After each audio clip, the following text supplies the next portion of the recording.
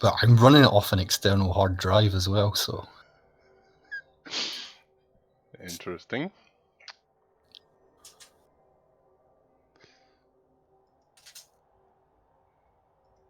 I've only got about 100 gigs on the main one, and I have to run a lot of biology software. Hello. Hi, Andy. How you doing? Fine, and you? Very well. Very well. Oh. So what are we doing tonight? Somebody's playing Blood Bowl, and some of us are enjoying not having to play. I don't know who's the lucky ones. I'd say me and Native is the luckiest. The interesting thing is, Andy and me never have played before. Never, At least ever? I don't remember actually. No, I we don't haven't. think we ever had. I don't think I've ever played Spence either. None of those losses existed.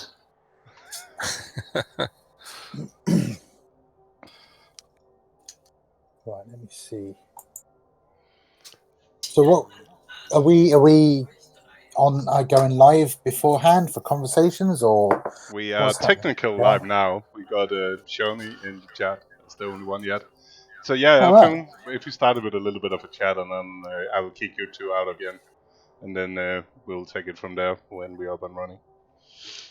Oh, fabulous. Fabulous. Oh dear. He's just taking us for clicks, chatting Yeah. with us, and then kicking us away. Yeah, We're his clickbait, that's what we are. exactly. That's what I need you for. And if you could pop in back when the game is done as well, that would be lovely. Yeah. Yeah, That's I mean, fine. nobody's going to come to listen to us anyway. Exactly. We need clickbait. Follow me, everything is alright. So, And cheers for the subscribe to Lean Garrett. 5 months. Ooh, hooray.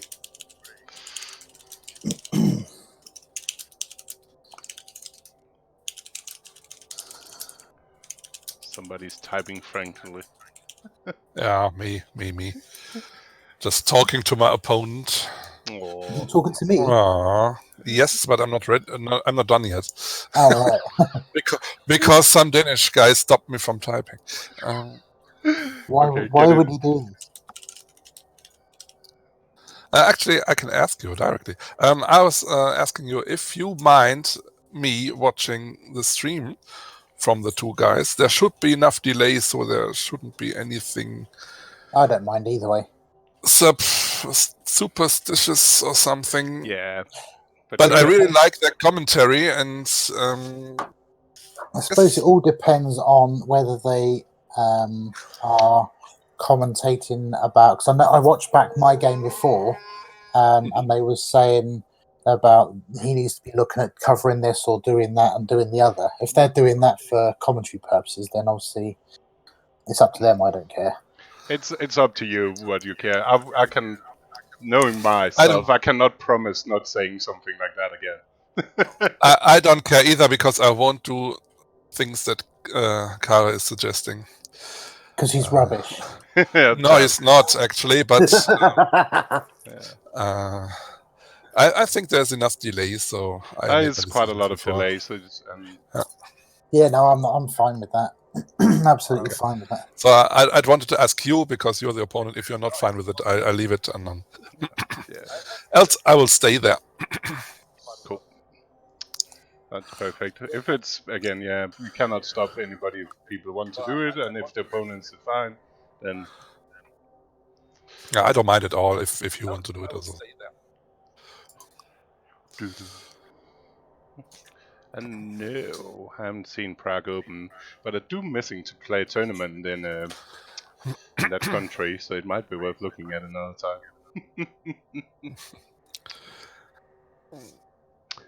But if you guys are ready, so we're about to play the final of the TackleZone Star Division first season.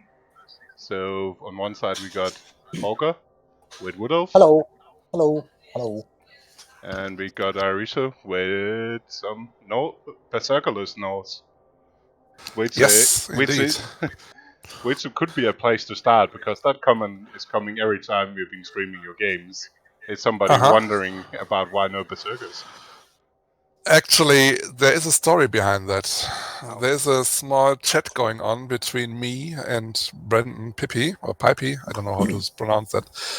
And we're discussing Norse a lot, because we both play them a lot, and talking about tournament play. And for me personally, I really do like the Berserkers in a 1.1 million Norse roster, and he doesn't. And I always talk to him, they're better than you think, and everything like that. And he said me, no, try it without them. Norse is still good enough. And this is the second time I try Norse without Berserkers. In the first tournament, I finished second, and this time I at least finished second too. So he may have some points on it. Still, I'm not really convinced. Yeah, but in this 5 skill setup, it's obvious it's quite good. And yeah, I think it might make a difference that we only have 5 skills in this rule set. It is. Yeah, and Brendan is known for making slightly interesting rosters, with people turning A+ rosters into a B roster and still make it work. So, I, if I can just jump in, am a big fan of Berserkers. I really am. As when I play Norse, I think the additional frenzy is nice, but it means that you've got those, you can turn them into lovely killers, which you can't necessarily do with the elves because they lack block. That's the thing I'm missing most, is my Mighty Blow Berserker. I will miss him. I like him very much. I even played it on last year's Euro Bowl. And that's the only guy I'm missing. Well, in this, even in this matchup today, it's an important piece missing. So, yeah, I'm not sure. Yeah, when I look at your roster and I see the only thing with Mighty Blow is Yeti, that pleases me. I was going to say, I feel in this format they're a bit overpriced, but in general, I mean, the amount of pitch control jump up gives you is quite underrated as well. Yeah. True, but I'm really think I would only take 1 Berserker at all. I'm not going for 2 if I do a 1.1 million roster. And the argument against them is they don't bring that much more on the field than Alignment does. But you get a reroll more, you get an Apo if you want to, and you have a much broader roster. So the 3 rerolls 13-man roster with Norse is huge, and you have to leave some of that if you take a Berserker with you. And there's even simple things like if I knock a player down, quite often, especially with elves, you follow up and you tag it, which means you've controlled that player to where he stays. My dodging away is relatively okay. It's not the best, obviously. 2+ still goes wrong sometimes, but you're not going to do that to a Berserker because that's a free hit you've given away. That's the way I see it. If so, by not having Berserkers, I've now got that extra, if you like, aspect, which if you've got Berserkers, I can't do it for those players because they'll jump up and get free hits. Well, okay, if you see it that way. It's just actually, another thing. Yeah. It's all small margins, I think. Yeah. Well, to be honest, as I said, I like 1 Berserker in the roster, but I have to admit, and props to Brendan, I may go his route in the future. I have very positive experience without Berserkers in tournament play on 1.1 million. And still have to think about it. I think actually the thing which is much more debatable is the Guard Ulf.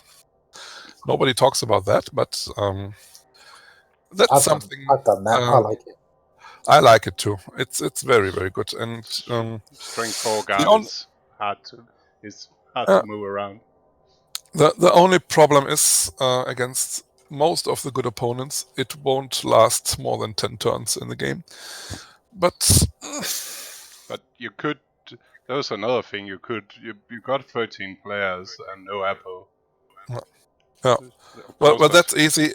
Every single piece in this roster is expendable. That's except the runner, and that's the strength of the roster. You don't need any player except the runner to be successful. And so I like the 13 players over the APO, just to be sure to just field enough players. Interesting. To be fair, how did you feel about the road to the final? Going back, I did have you as my favorite on that side of the bracket to go in the final. Did you feel comfortable with the matchups looking ahead? You do like playing Wood Elves, right? No, actually, I don't. We had this discussion in a German group before. I think there are 3 difficult matchups for Norse, or the most 3 difficult matchups for Norse are Undead, Amazon, and Wood Elf. And the problem with Wood Elf is, in my experience, yes, Norse, or let's talk the other way around. For Wood Elf, Norse is, I think, the worst matchup. But for Norse, Wood Elves can be tricky because you need to get them out. If you don't get them out, it's nearly impossible to score or to win against them. I had that in the semi-final where I didn't had really a chance to score in the first half. And if that doesn't work, it's getting difficult. And if Wood Elves come to 10 players in the second half or more, it's getting actually difficult to win. It took a missed 3+ for you to get back into that game. Well, actually, that was I was lucky to have a 3+ chance for him. To let him, order to keep him from scoring. And crew. So besides, we got Arioso at the moment. We got me, KFoged, and we got Arrested Development somewhere hiding in the shadows, and Hawca at the moment. Cool. Should we? If AD, are you still here? Yeah, I'm still here. Do you have anything before we switch over to the Wood Elf side?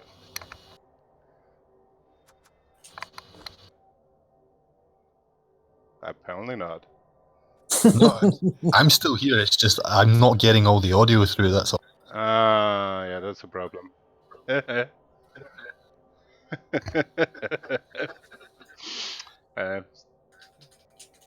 Yeah, we got Wood. On the other side, we got Wood Elf, which is all the Wood Elves looked a bit the same. Let's put it that way. This tournament. Yeah, it's pretty standard. I still don't like it, but that's my personal twist on the Wood Elf. Yeah. But on the other side, yeah, we got some Wood Elf hanging around with Hawca. Which is, traditional. You do like the tree and the leader thrower. Have you played? I cannot even remember how you played the 4-catcher without any of them. Have I played without them? Yeah. Nobody does it except you. I like. I've seen some Italian guys do it. I think that's where I'm got it from. Okay. If we push 1500 or 115, sorry, then I will go 4 catches. I'll drop leader straight away. But yeah, and I prefer the 4 catches. Yeah, I like those. I mean, I've tried with the Apo, and unless we're at 1.2, to me, I've got all the TV on the field for a start, which is great, but either the team gets deleted, in which case the Apo is not helping, or I lose 1 or 2, in which case I'd probably manage without. And I find that extra reroll sometimes saves lives because you reroll the things that went wrong that you wouldn't normally use a reroll for. You know, I agree. The third reroll is much more scarier than the Apo on the team. But Well, if both War Dancers die in the first half, then it's over anyway. So, but you could, yeah. you can still go 3 rerolls and 4 catches, no throw, no 3. It'll still work. You're still trying. The tree is important. The tree is, in my opinion, tree is important in the Wood Elf roster. It's interesting. It's funny. Yeah, it's a really good one, and it's because Actually, I had a game which at last Euro Bowl too. I played with Norse against Wood Elf and was down 0-2, and he didn't play a 3. And the only thing, or the only chance I had to come back into the game is to have free movement when I'm up in numbers, and the tree would have not provided that. So the game ended in a draw, and I managed to score twice, and I never would have managed that if the opponent had a tree, even if it was 5 or 6 players. even if the only problem is, as we said in the semi-final, you could also have a tree that moves exactly 0 squares in 16 turns. But it doesn't matter if it's standing in the middle of the field. It doesn't matter. I think it's still a player less. You can play around it. I still think it's for me it's just a dead piece that take away the flexibility on what I want to do. I think for an agility 3 or less team, it's difficult to play around it if the opponent is good. You have to at least make some dodges somewhere, and you don't want that. Oh well, yeah. I think the key bit is if the opponent got a tree, you do make your defense around. So, and yes, I am implying that Kara is not good. Subtle, but otherwise it's 5 skills. There's limited what you can do with Wood Elf. You want strip ball, and then you want tackle or frenzy on the other War Dancer. Then you can always discuss if you want block, wrestle, dodge, or whatever on lineman, or other things. I personally agree with Hawca not taking anything on the catches. They're fine as they come. I'm a big fan of a sure hand catcher. I've done that before. With 5 skills? With 5 skills? No, not with 5. I mean, do you really need that one block lineman? I would have went double wrestle. That's the only thing I would have done different. But see, I like the block and the wrestle. In this matchup, the block loses a lot of value, but the block's useful for if you're setting up for blitzes, the way you want to be putting players down, obviously, that's why we do it. But you don't want to use a War Dancer, and that's where the lineman pays massive dividends. Yeah, that's fair. Yeah, that's why I'm tending to stick dodge and wrestle on my lineman as well. At least one you can block with. So that's yeah, cool. I mean, I would have just went wrestle. I mean, I don't think the catchers need anything, and I just like having the like extra movement wrestle gives you on a both down. And it does mean that people don't like blocking wrestle players. Let's just be Yeah, fair. they They really really don't like that. I take the block anytime. Yeah, you were playing Norse. You like blocking. Yeah, and every other team takes the block too. Yeah, I do like a wrestle Amazon line woman as well for the same reason. Not sure there too. But I see that. It gives you some option against block heavy team as well, like Wolves and Norse, which can be problematic to make holes against. The wrestle just gives you more options. Yep. But if you guys are ready to start playing, I guess we need to get this going. And good luck, both of you. Sure. Yeah, good luck, my friend. Good luck to you. So we're leaving the channel? Yes. Okay. Have fun. And you have a good one.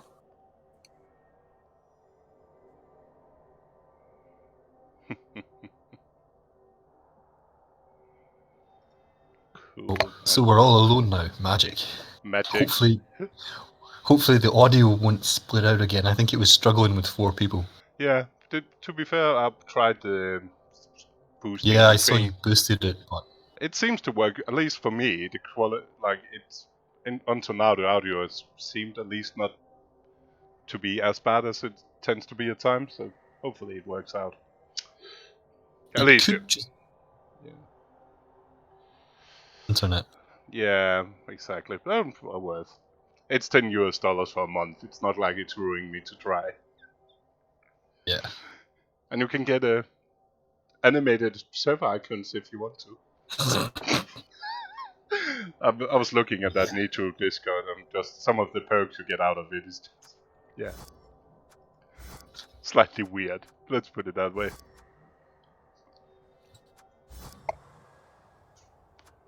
So, I think we didn't mention the most important thing: a roster in NAF, though. well, Skill picks don't matter so much so long as you're comfortable using them. yeah, that is the thing, and we're back again. Arioso seems to like block heavy teams, which means he's probably quite comfortable picking block. Yep. Oh. And again, I could probably play with a tree, but absolutely no problem playing without it. And we know Hawca uses.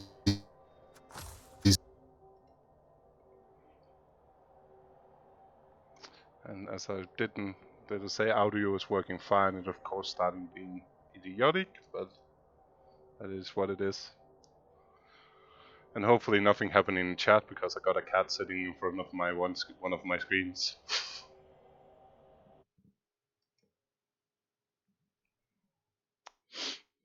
Which you, Bobbit, are talking about.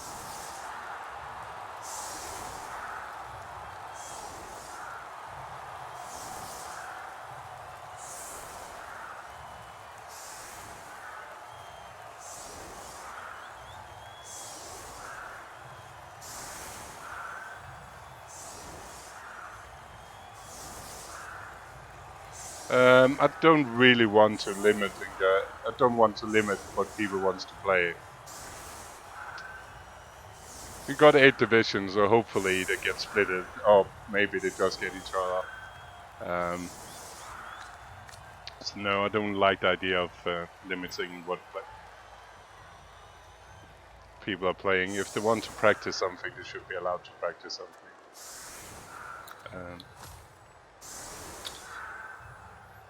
Yeah, I wouldn't put in racial limits on anything because, again, it was first and foremost made as a practice league, and then second of all, this is actually a good opportunity for people to also see what prospective opponents in Eurobowl might actually be taking. Yeah, of course it is also, and to be fair, that's potentially a lot of one race, but there's also some slightly different take on that race. Yeah. And if we talk about the game, we got a Hawca starting on offense, it seems.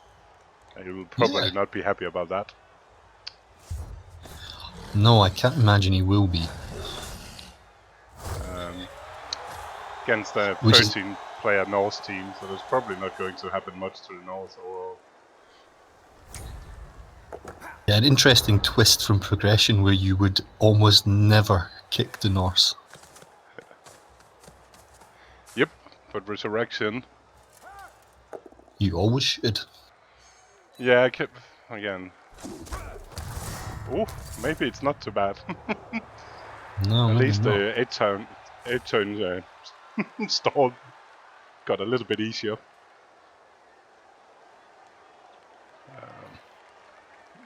Slightly interesting using the catcher as the leader as an assist on the line of scrimmage. Yeah, I don't think Andy really cares about him that much, to be honest. No, but he apparently cared about having 3 rerolls.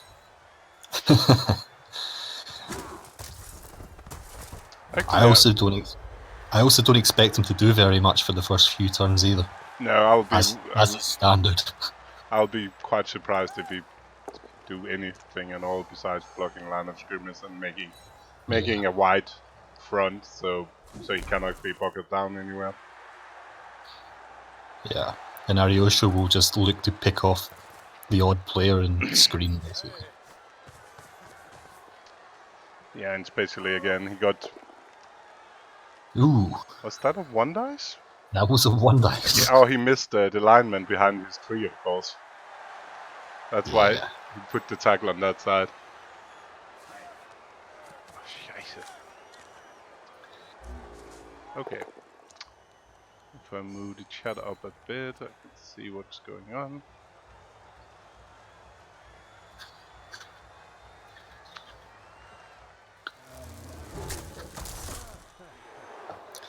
And not following because there's a Yeti. Yeah.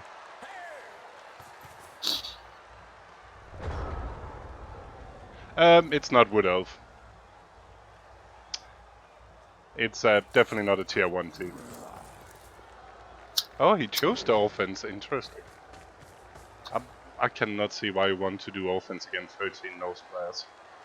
I cannot really see that. Unless you were afraid of being booted every turn. That is, of course, an option. But you can still be booted on offense. Indeed, in fact, I prefer to boot on defense because you expect to concede a score anyway. Yeah, and especially, yeah. And if he... And the booting you means... don't have to worry about the ball. Yeah, exactly. And if people scores earlier because of the booting, it's just a bonus. Yeah. I'm pretty sure, like, that's... the French style playing Norse is it's a heavy 30 player roster, and then just hopefully start on defense and just gang foul people from the back until either they score early or you take enough players away so you can score twice in a second. Yeah, it's a very LRB4 style approach to playing, actually. It seems to work for at least a few friends coming from a Frenchman. I'm not sure I could make it work. No. It'll definitely take There's, some practice. there's a general rule of thumb. What works for the Aces will not work for you.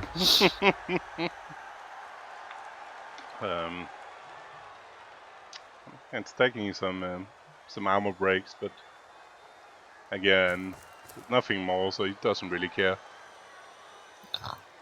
Yeah, he's got 1 KO, but I mean, from the LOS blocks, you expect at least 1 anyway. Especially with the tree in play, so...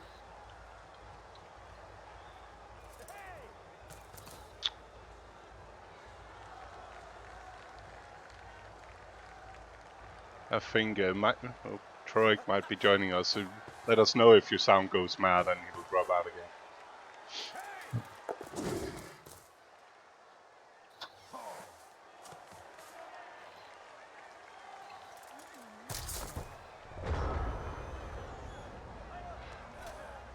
Yeah, the other thing I really don't like about going on offense first with Wood Elves is it increases the chances of you exposing your War Dancer. Yeah.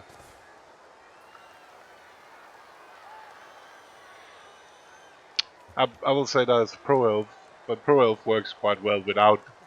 You don't need to take Eldril because of the extra skills. I will say it's a good spread between star players and no star players. I would have been interested to see if there would be any difference in the star player and Pro Elf if Elijah was available.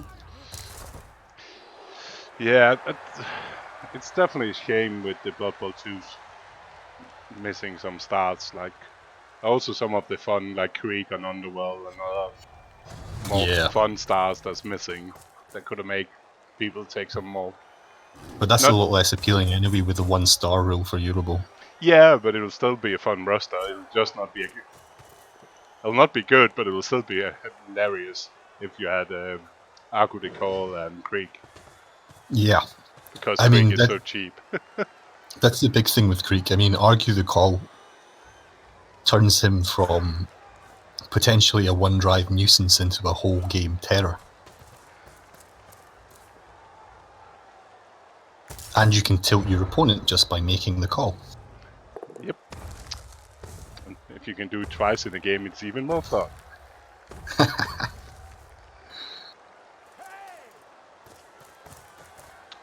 But like expected, we have each 87 team trying to pick out weak spots. Yeah. With a casualty for each, right? Yeah.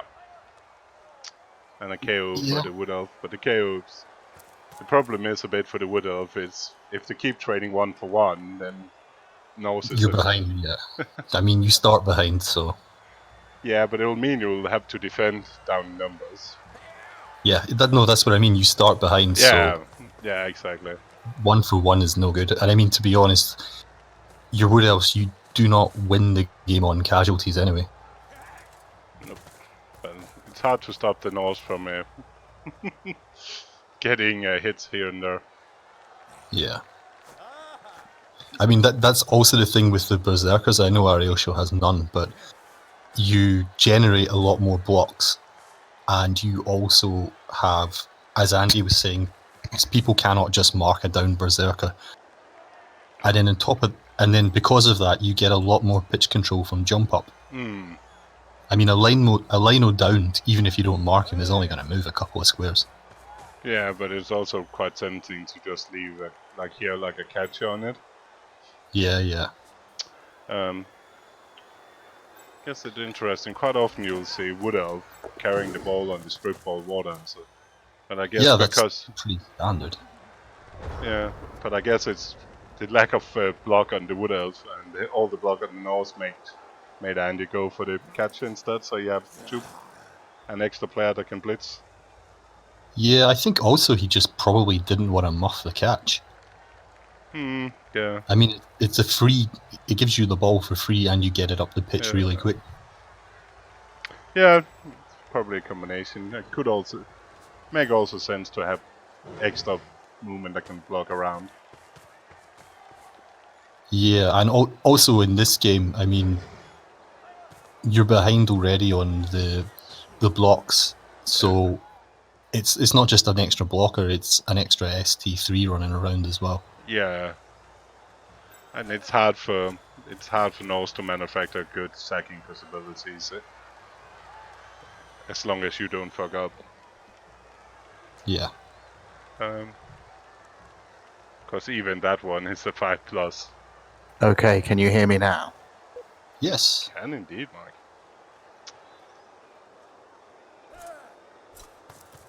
But can you hear us?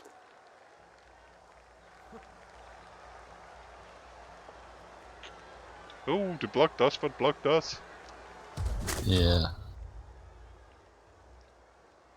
But you see, if that was wrestle, he takes him down, and you possibly have an instant 2 dice there the next turn.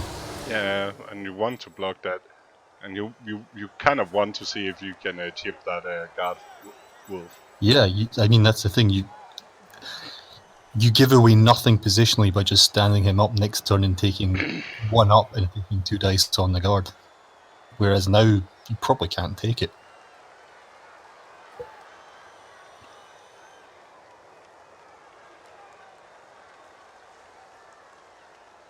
I think I've solved it now. Can you hear me? We can still hear you. Okay, I've got you now. I got you too. That's good. Sorry. I'm now here. Hello, Graham. Hey. KK, how are you? Not too bad, not too bad.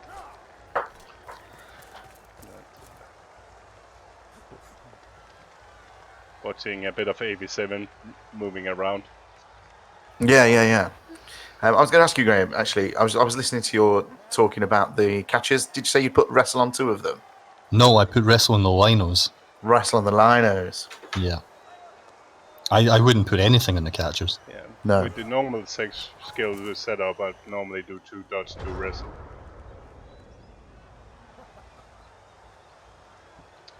Personally. Yeah, I mean, with 6 skills, it's slightly different, but we've got 5 here, don't we? Yeah. So with 5, I just go wrestle twice. I think with 6, I usually go 2 wrestle and a dodge, or 2 dodge, 1 wrestle. What did I do? Yeah, what did I actually do? I do play another tournament with this rule set. I did go... What did I go? I think I did go... I think I did go 2 dodge, 1 wrestle actually. Yeah, I mean, it depends what you think you're going to see. The 2 wrestle is if I think I'm going to see a lot of block. And if I don't, then 2 dodge is just, it maximizes the use of AG4, so of course you go 2 dodge. Yeah, I got 2 dodge, 1 wrestle. Especially combined with my 4 catchers as well. It's all Yeah. about being able to move wherever you want to, when you want to. I mean, in progression, I do wrestle my catchers, which a lot of people don't like, but there's a very simple reason for it, and that's that 5+ into a cage and a minus 2D with wrestle is 20%, which is actually better odds than a casualty. Which means you don't have to be a madman with your war dancers when you need to cage dive.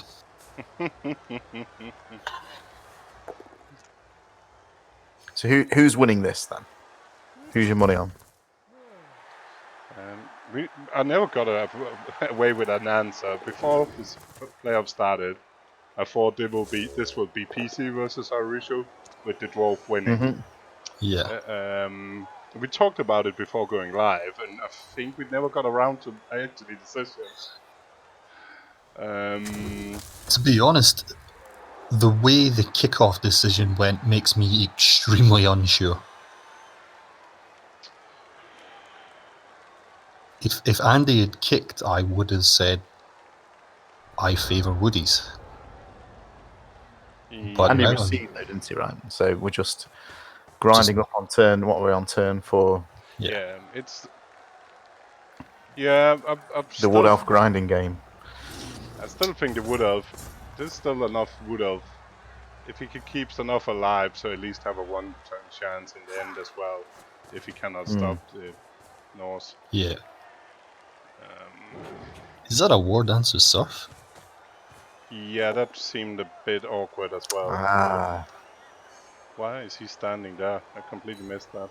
Why he's not 1 square longer in?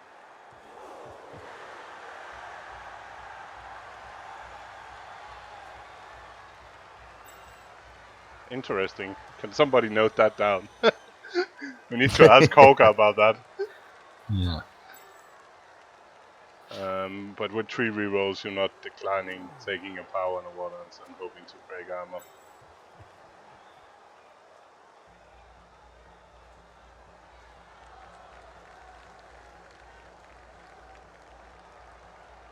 Yeah, the problem is that's like the wolf has more than a plenty movement to get away, so it's not like a trap to try to counter serve the wolf or anything. No. I have no clue what that was. I think he maybe just missed it when he was setting up 3D for the tree. Yeah, didn't forgot to think about that. It may not have blocked, but it's still a strength 4.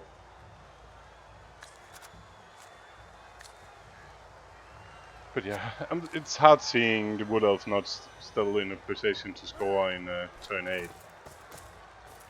Yeah, that was never the question about this drive. The question was always how many are they going to lose. Yeah, and until now it's only 1.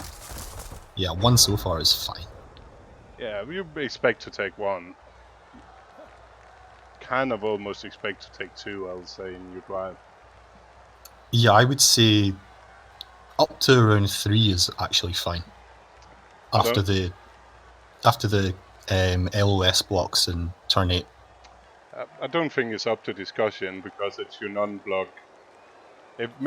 Potentially, if it's been the block, if it's been the block wolf, I may have thought about it, but I don't think with the non-block it's not worth re-rolling a POW.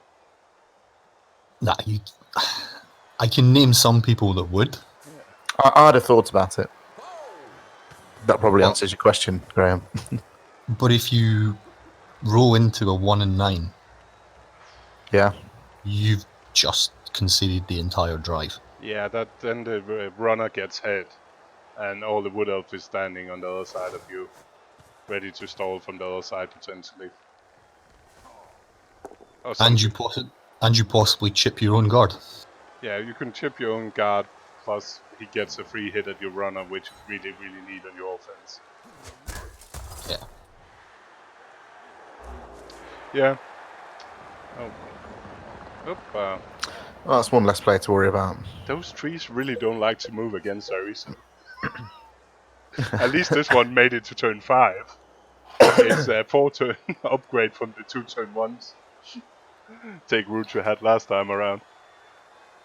Yeah, has the Yeti moved at all? Yeah, he moved last turn. Yeah. But it's not been. That's not much big guy. He didn't do anything. He just moved a little bit. Yeah. I think he would like move 2 squares to the right or left, depending on which way you're looking at it. We're looking from behind the wood elf because that's where. And I will switch my view so I know what the saying goes. Okay. Yeah, so we move to the left. Yeah. Somehow it seems to make more sense looking from behind the player driving. I don't know why. Yeah, that makes sense. Especially in games like here where you could be a little bit in doubt who's going where because nobody's really moving anywhere forward. Ooh. That's a reroll, surely. Yeah, there's only 3 turns left after this. 1, 2, 3, 4, 5, 6, 7. I was about to say, why not get out in front? Yeah. But if you got one more to the right, now you could block him back into the Yeti. I'm not sure I like that. If the rest, I think I've been putting the wrestle one more to the right.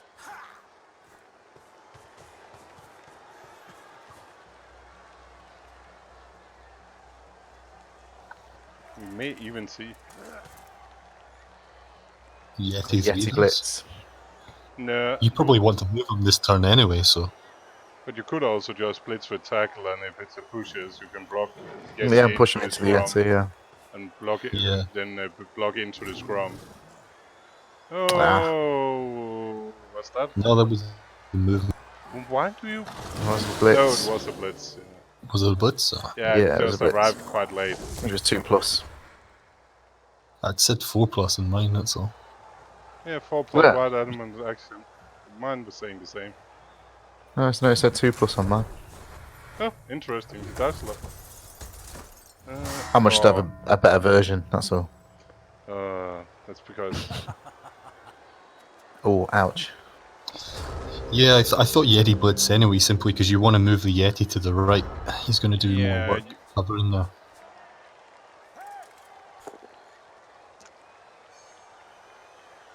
Turn 6, I guess it's about now. It's probably an okay time to run around on the other side now. Since the door is completely open anyway. I might even have been tempting to. I was about to say, kind of want to blitz the last one, so you can get all those 3 players with you. I think I know what the race is, by the way, Kay. I'm not going to say it, but I think it might be similar to the biggest race at the UKTC, which was a bit of a surprise for people, I think. What was the biggest race at the UK? Most represented was Orcs. It's not the same. No, it's not the thing. I think everybody has guessed that. It's Union Elves. Oh, is it? It's Pro Elves, is it? Yeah. Or Yeah, Pro Pro Elf, Elves or are whatever really we want to call them. But it's not the same build, though. No, there's a lot of things you can do with it. You can go star, no star, and then if you go star, there's still quite a lot of things you can do differently with the stacking and the skills, whether you take a leader or not, things like this. There's so many things I wanted to try this season, but there's just not the stars for it on BB2. I think you mentioned Creek earlier on, and I was like, yes, get some Underworld Creek going or whatever else. But he is so fun. he's just dirty. Have you tried playing with him? He's the most fun. I have on Funball, and I've played against him on tabletop. He's so hilarious. So he decided to go back left instead of taking the open door. I guess that's alright. The old switcheroo. This does put you closer to tackle, though. Yeah, but I think he wanted to show that the tree is useful even as tech group. Yeah, bring the tree back into it, yeah. But I don't. And he also have this alignment, but Snora Rekara. So you cannot really leave the back open. Yeah, that's why I mean it leaves you open to the tackle of it when you're war dancing. I'm not sure. I'm not sure I like that switch.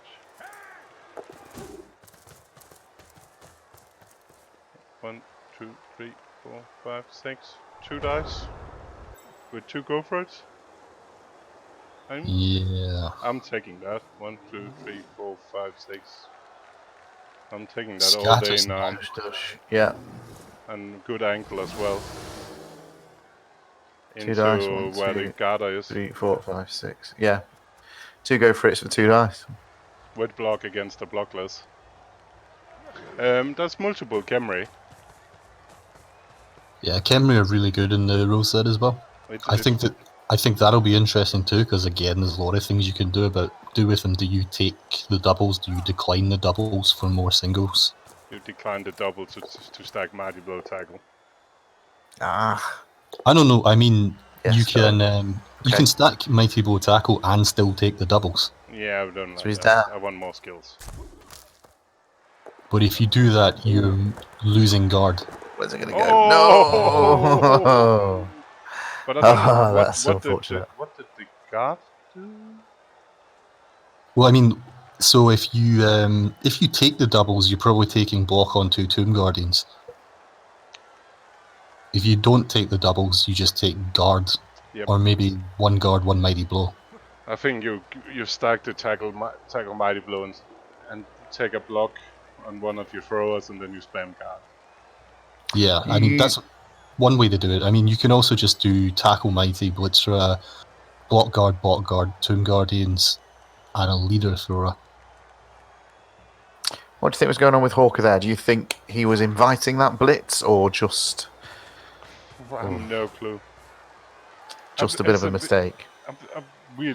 It's really odd because his placement of the back players could have prevented that if he wanted to. And I don't understand why you want to take that chance with the risk of it actually fumbling all the way out to his Dutch runner. I don't think you would really want to take any chances in. Well, no, that's exactly what I thought. I was just sometimes people, because he'd put all the players round. So if he did get blitzed and he fell into that gap, you've got it surrounded. But I don't know. But it's only like there was not much. Like it was 2 times 2 plus. It's like I could see it if he had to do a 3+ dodge also. So like hoping to just suck the reroll without getting any benefit from it. Especially if it has only been 1 reroll left. But in this case, there was 2 rerolls left for 3 turns. What is the odds actually? It's 2 dice, meeting. Yeah, with a reroll, it's like almost 70% chance of getting the ball free. I cannot see him doing that by purpose.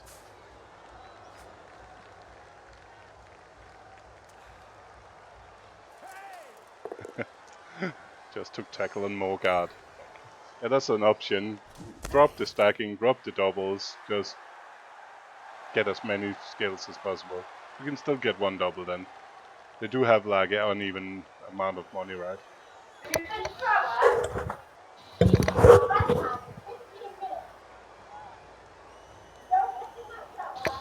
Yeah, I mean, with Kemri, you can even just go with 14 players if you actually stack Mighty Blow everywhere. And dirty players. Yeah, it would be very Italian, I think. Oh, France. But yeah, Saudi European. It seems like we have Strider fumbling around in the background. Oh, the family of.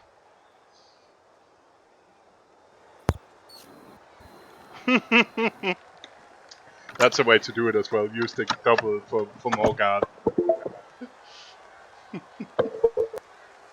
Hello? Grazie, Alex. Hello, guys. Hey, Alex. So, are you guys watching it in the BB2 as well, Yes. or on history? Yeah. Because otherwise, Yeah, BB2. Otherwise, people are way Massive too bad. delay. There's a delay. We tried that before. It makes funny commentary when one is ahead of the rest. It's turn 7, right? Yeah, it's turn 7. Good. And he's switched to the leader. Yep. Okay, we got both War Dancers. So I guess he runs down and screen off the back with the 2 War Dancers.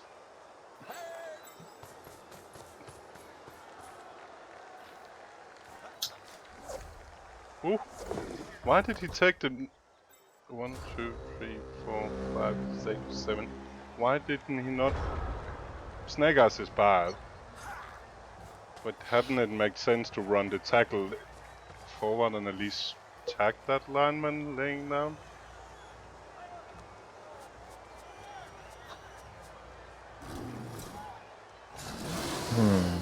Some nervy turns. Yeah, I cannot see why you want to do the dodge before the movement of the guy in the back. With no. Yeah, take the free action first. Even if you want to do the go for it, then War Dancer is still holding 2 players. Yeah. That's interesting.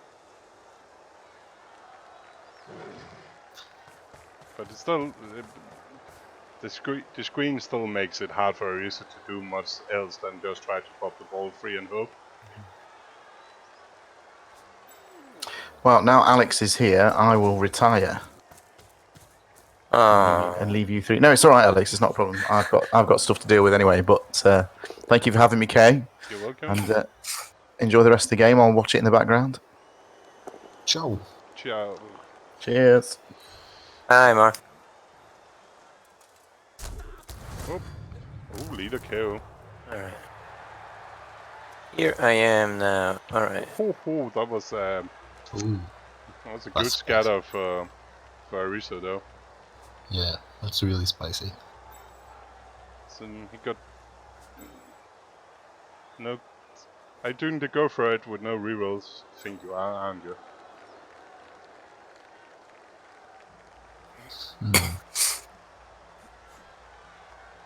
Is he doing much there, standing by himself? I think you think about it anyway, and then you probably do it. Yeah, okay, we got plenty. What? And he didn't even move the tackle either. What is going on here? I'm pretty sure the tackle hadn't moved. The tackle player attacking nobody. That was weird as hell again.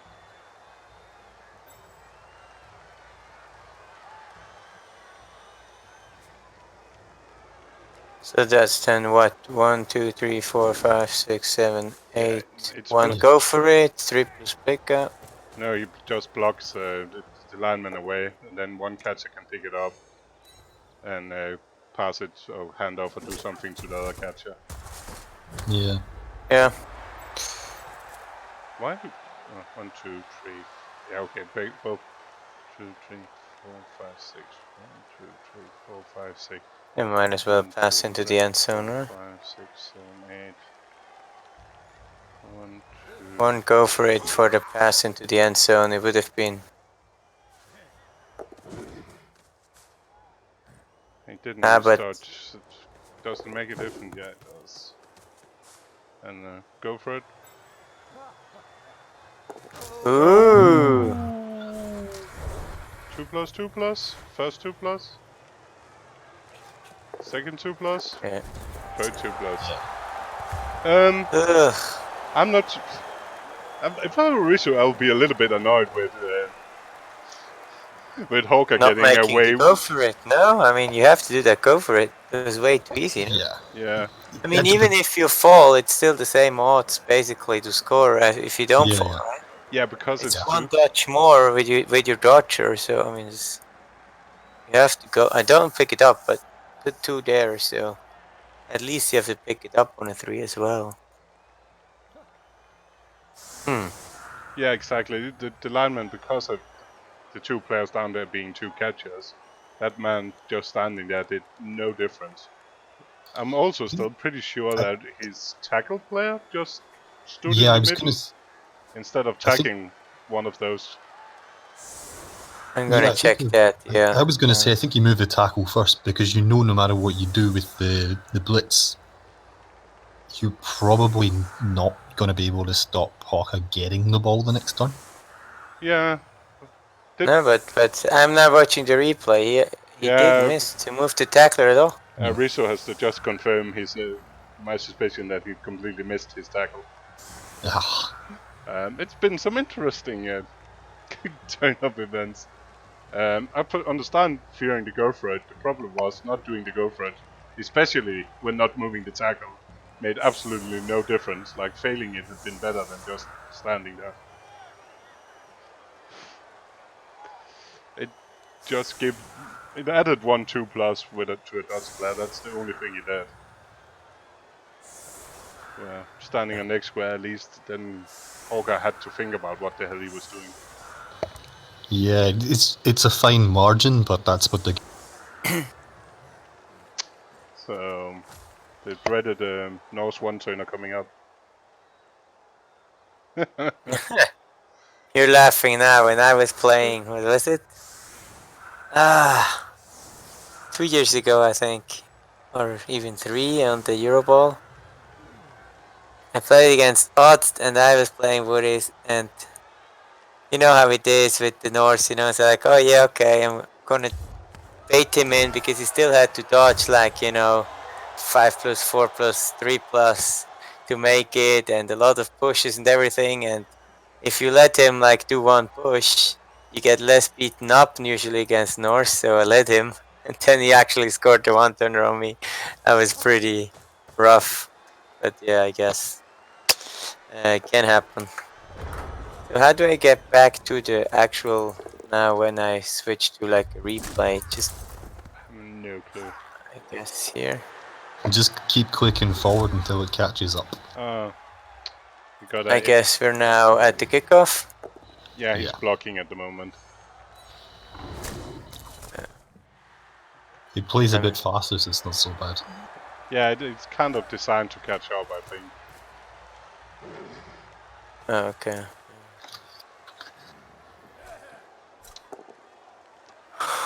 Well, so we have a dead lineman and a KO'd leader. So as long as the leader stays out, figure still everything open. I mean, even if the leader comes back. But if it stays out, Hawca just need it for the one turner, then so he can come back with a fresh reroll. Yeah. But the Yeti has definitely not played any role Yeah. in this game so far. I don't know why he doesn't attack the tree. Well, he was going for the one turner, right? Yeah, I think he was originally and stopped it when he didn't. With no reroll. I think I would have just here gone with the option that if the one turner fails, you can still like hit the tree with the 80 because I mean, it does make a big difference if he's out. Oh, that's nice. But it But does, sent off. yeah, that's interesting because that now we got two interesting KOs though. If Norse KO doesn't come back, then Norse is down to 10.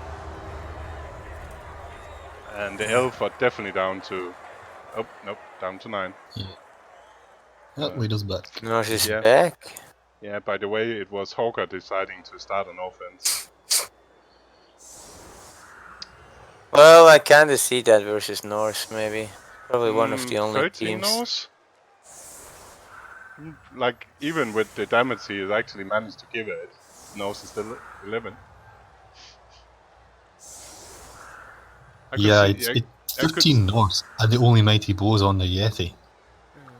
I could see 11 Norse with, like, a Berserker, like a positional heavy Norse, I could see starting against. But I don't think 13 players, which is designed to in like a quantity over quality. Do we going to see the first Yeti actually block this time? He tried to blitz once in first half with the Yeti and failed.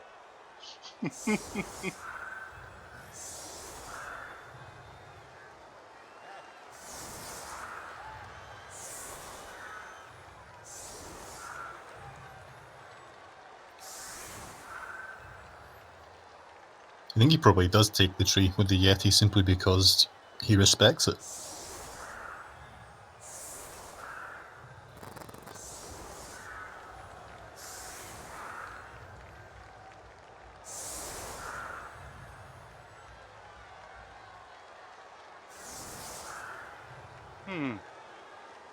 Oh, maybe not. Hmm.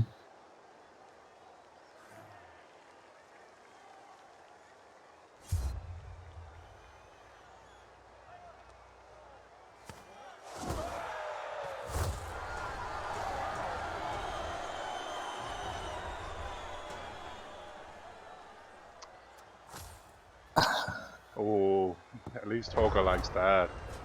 Yeah. Let's turn to defend. The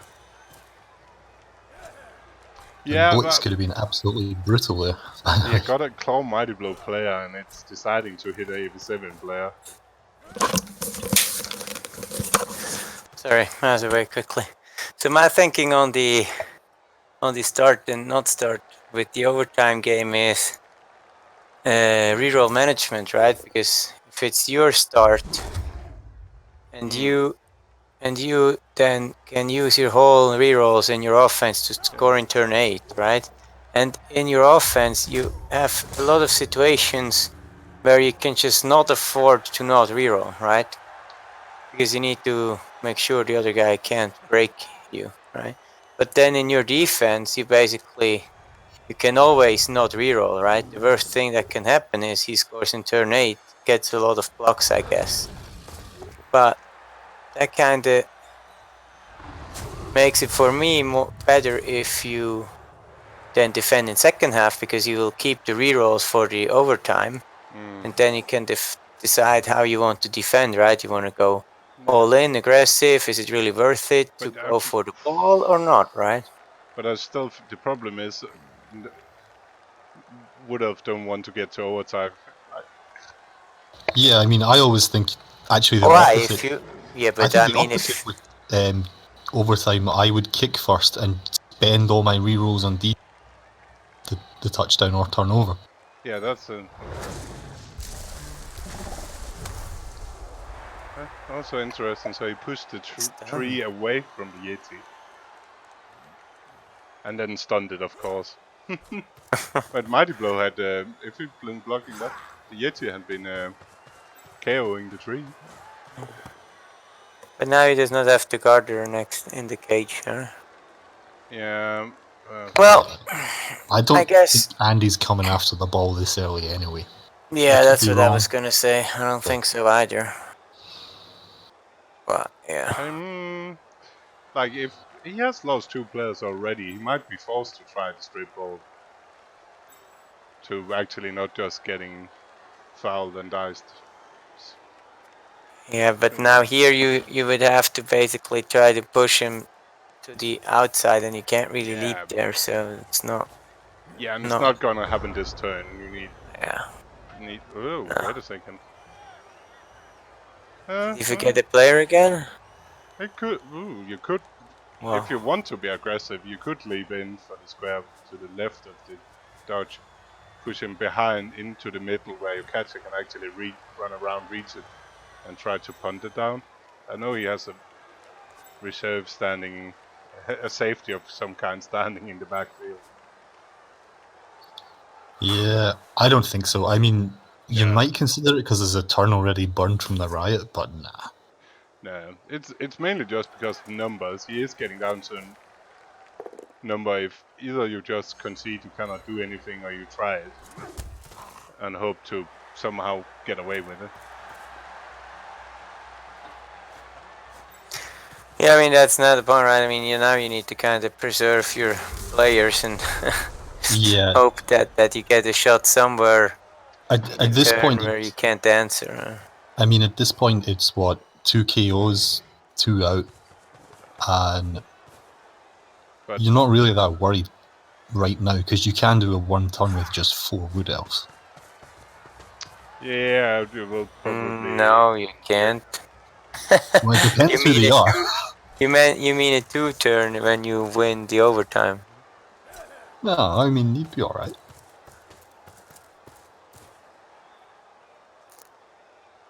Yeah, you but just there's need also 2 pushes. I had 4 players. I did need it -2D in my last time I tried it to start it off, though. It's doable. It's not.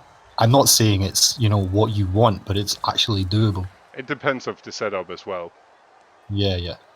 But yeah, I played another Euro Open tournament where I was down to 4, and he did set up so I could 2 dice, -2 red dice, then 2 dice, 2 dice. 2 dice on the second one to get in range. Somehow he decided Yeah, to set I had that too. Yeah, but apparently he decided to set that up, but that's one player less now. Yep. yeah, that Yeti's doing a good job, man. Yeah, now it's been resting. I wonder Yeah. if is that Longbjörg in the middle of his half, is that actually a reserve? Is that a safety, or he forgotten that lineman? I think he's forgotten. I think so too. There's no like, I don't know. Or is it just a Can't safety? really be it, but You could really. trail him. Like, I could see him just being 2 squares off. So you can like... Nah, he's actually perfectly positioned for you missing him completely with the Blood Bowl to Yeah, I think so. So I think he's just completely missed it. I was about to say, but he could have been good at just a trailing player to make stuff like that harder. But he left him. Yeah, I the thing is, I've done this myself in Blood Bowl 2, so...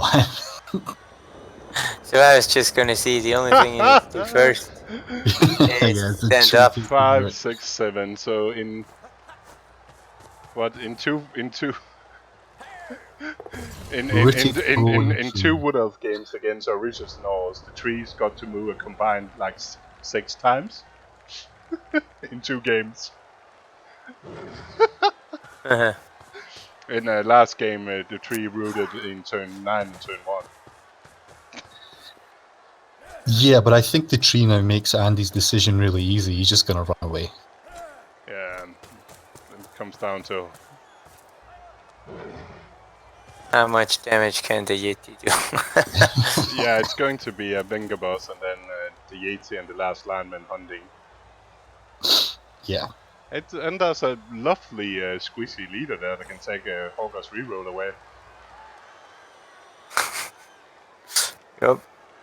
Yeah, I mean, I think the rest of this half is going to be both of them doing stuff that require minimal rerolls anyway, because Hawca's just going to run away. But it's still... And Arioso's going to hunt him down. But the leader is still 1 reroll less for overtime. Yeah. If you can get rid of it. Talking about, there's not many other players to hit. Oh! And it's down. But it's fine. Piling on. Oh no, it's close. He could +1 foul it. The safety is still there. At least he cannot really run away that.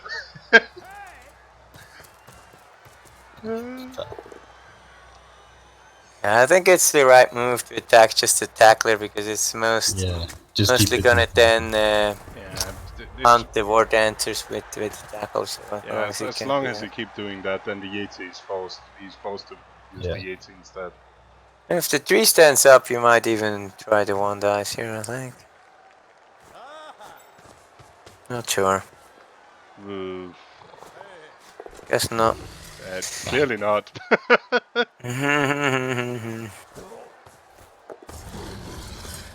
Tree looks to be last move. So now the safety is perfectly positioned. He just leave the tree. Yeti. Yeah. I guess the Yeti goes for the leader again. Yeah.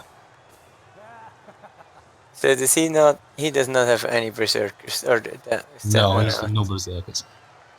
We had a long chat about that the first 10 minutes. You can listen back to later. Yeah, I think it's actually not too bad, to be honest. No, I know. I think they're way overpriced. Yeah, I think with the 5 skill meta as well, they're just ridiculously bloated. Oh, here, look at this. No, he's coming back. He's feeling safe enough now. But he's...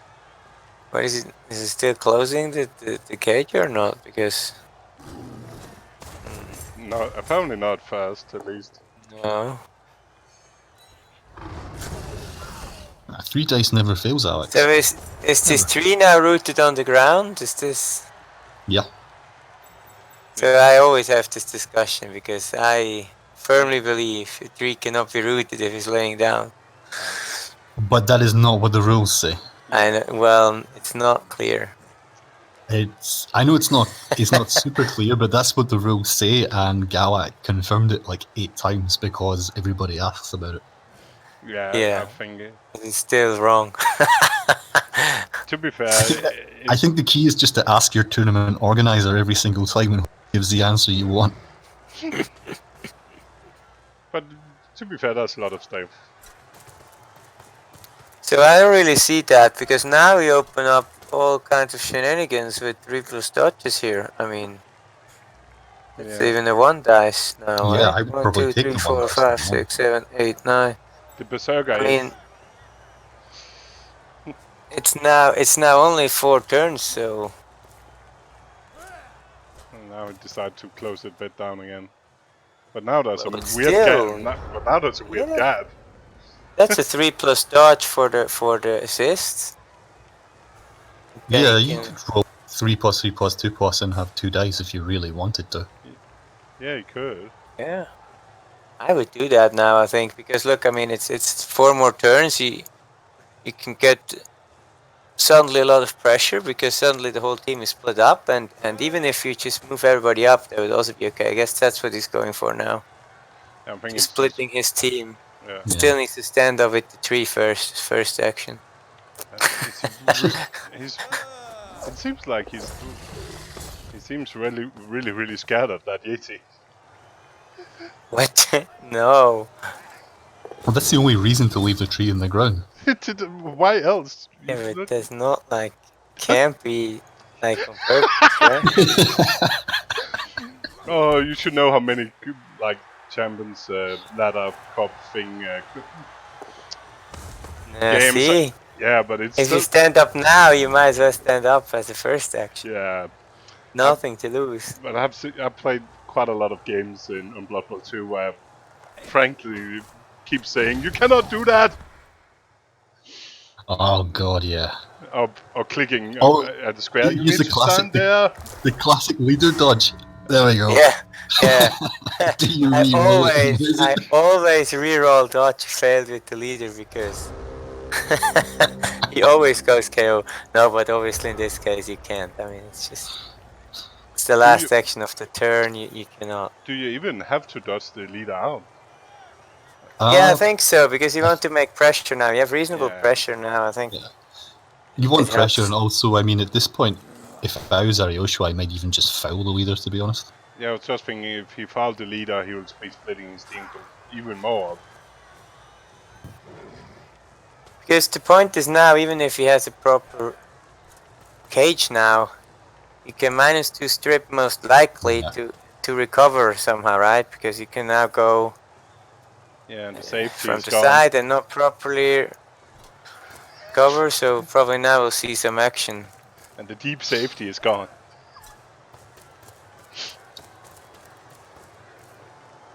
But he's still just...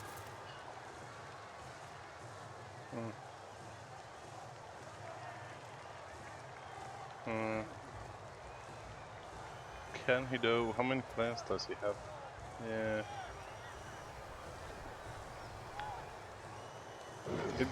I guess swarming with 4 players is slightly limited though.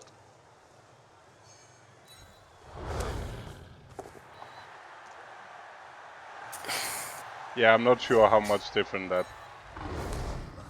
last dodge did. Because I mean, look, now you have the 2 dice, you have a Warden to pick it up, toss it to the catcher. Yeah. Oh, but Yeti. Yeah, it's now a 3+. The problem is, of course, if you fail to strip a ball, if you have a both down, then you're out of bounds. But at this point, I guess you still have to risk it, I think. Yeah, besides if you make all 3 KOs, then even getting the ball in overtime is going to be hard.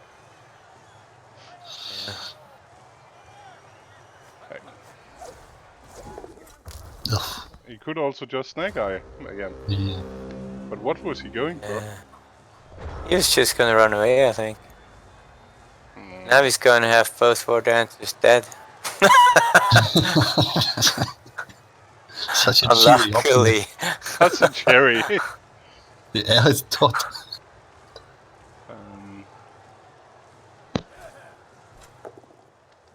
Might as well start with killing that lineman randomly. Yep. Yeah, I mean, yeah. Like that, yeah. Well, yeah. That's about be it. Even the 4-player one-turner is going to look less and less likely. Yeah, but I mean, even if you have still 2 war dancers and only 2 war dancers, you can toss it to one and run with Nope. Blotch. Now you've only got one Oh, more no. dancer. As I said, you have no war dancers left. Oh man, that is Yeah, rough. this should be a foul. Yeah. Yeah, you 3 dice blitzing the catcher with tackle. And then I mean, you don't even have to cage anymore, because if you're gonna Yeah. foul with 3 assists, then nobody can reach the ball. Yeah, anymore. that's the first get. Why am I not doing 3 dice? Oh well. I've probably done 3 dice. But yeah, you've got Blotch. You don't even need to think about it. Oh! Ooh. Ooh, are you rerunning that? Yeah. But it doesn't matter! And it's a tackler. Fantastic. Did he even? I think that is the reason he absolutely had to re-roll it. Yeah, there's that. But did he need He to wanted use to that? Couldn't he just move his cage No, over he and didn't foul? need to. Couldn't he just have left the tackle on the catcher? Yep. Yeah. That's what I would have done. Oh well, you know. So Yeah, the you war get dancer more survives. assistance. And I think he just end turn here as Hawca. Yeah, he did. Didn't he? Already. Yeah, he Yeah. did. Yeah, you didn't even manage to see it. That's Instant bad. end turn. So now the risky foul. If it's... I would of course split 3, but no. You might be a madman. Before But... scoring, yeah. So, how many? Yeah, that's not gonna be enough. Nah, don't think so. 2. 1 back. But tackler is back as well, so really. Tackler's back. Nah. And 1 for 3 for Hawca. So he's down to 3 players.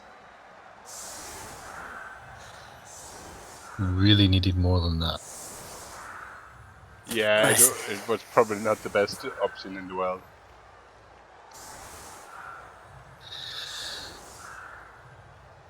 Yep, as I said before the game, well, I didn't say it, but I was mentioning it to Andreas. So like, you have a good matchup with the Norse normally, but it was also pretty convenient now that every turn 1 guy went out, so that made the offense a lot easier. Yeah, I guess we know why Andy chose to receive. Yeah, so now imagine this game if you would have kicked first. Yeah.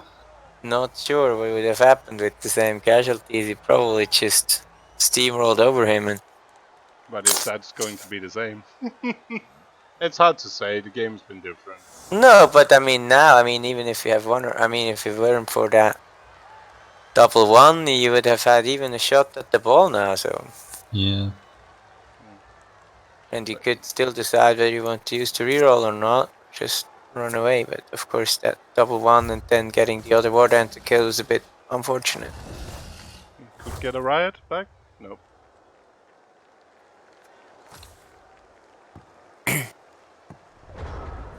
Sexy. So, blitzing the Dodge runner, I guess. Yeah.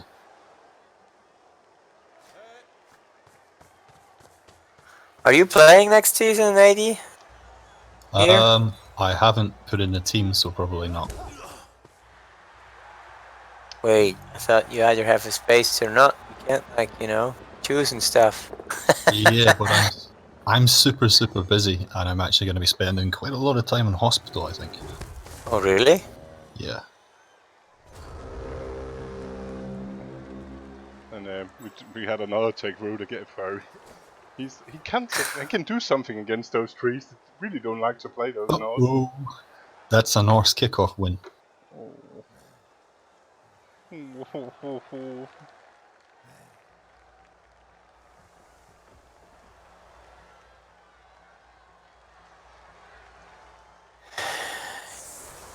Or is it? No, it isn't. No, it isn't. I hate that. The Blood Bowl 2 screen always comes up with your opponent has won the toss, and then it's got the logo of whoever's actually won it. So I always think, the opponent's won it, and get the wrong team. Right, so what options do you have here? You have the thrower, you have the catchers, war dancer. I mean, I'd probably just toss it to the war dancer and then run and cover somehow with the 2 catchers. Yeah. And go as far away from the tackler as possible. Because now the tackler is really on one side. Oh, he only has 10 players now. Wait. No, he has 11. Yeah. I mean, actually, I would put the 2 Ulfs on the sideline. So we can't really go and one dice blitz over the side. Because now the side is basically open. What? Yeah. It's completely open, and you could No, he's still moving. Yeah. But still... if he sets up like this, you could just tree blitz to mark up a few and then run down the side. Yeah, there you go. There you go. That's it. Now the tackler went over. I guess. But now, I guess you're running down. I guess you're No, running yeah. down the middle and away from middle, tackle yeah. back to the right. And if you block the first guy with the 3 and you put where the catcher is now, you put the war dancer, you just hand it off to him. And you get your war dancer and 2 catchers and you can go all the way down. Yeah. But well, I mean, yeah, that's about what you can do, I guess. Yeah. You always get some possibility. Whatever you do, you want to end it within 2 to 3 turns tops. But I think the war dancer really needs to be on the line and just go for the outside of the disturbing presence, catch it and then run for it, because you're not going to get better chance next turn, I think. At least it makes it more interesting with the wood of having the ball. You can put it down. Yeah. Well, Yeah, just true. behind the tree. Yeah, well, I mean, my initial oh no when I thought the Norse had won the toss wasn't out of any partisanship, and just more of the fact it's not a game if they get the ball. Yeah, you see, that's where I would put the war dancer. That's exactly where I put it. Because now he's in DP range. Yeah, we don't like that. Yeah, but I guess Andy's put him there because if he puts him on the outside and it's a blitz, you just hit the war dancer with tackle immediately. Yeah, it's a blitz, it's over anyway, it doesn't matter.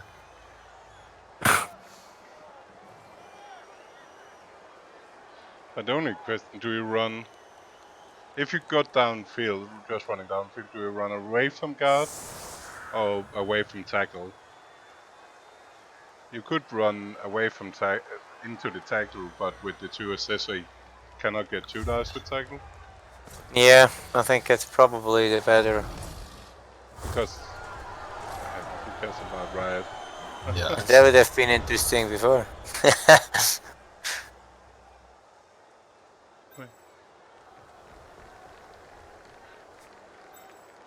Because otherwise you needed to go away from tackle and guard. I guess you need to run to the tackle side, no matter if you like it or not. I don't really see why the other catcher has been over there. I mean, yeah, maybe to get He's the 3 not guys going with for the that 3, one. but... he's not going for the 2 turn because now he blocked his square as well. Besides, if he blitz with the war dancer. And why? Oh yeah, okay. And he... No, he's not doing it. He's...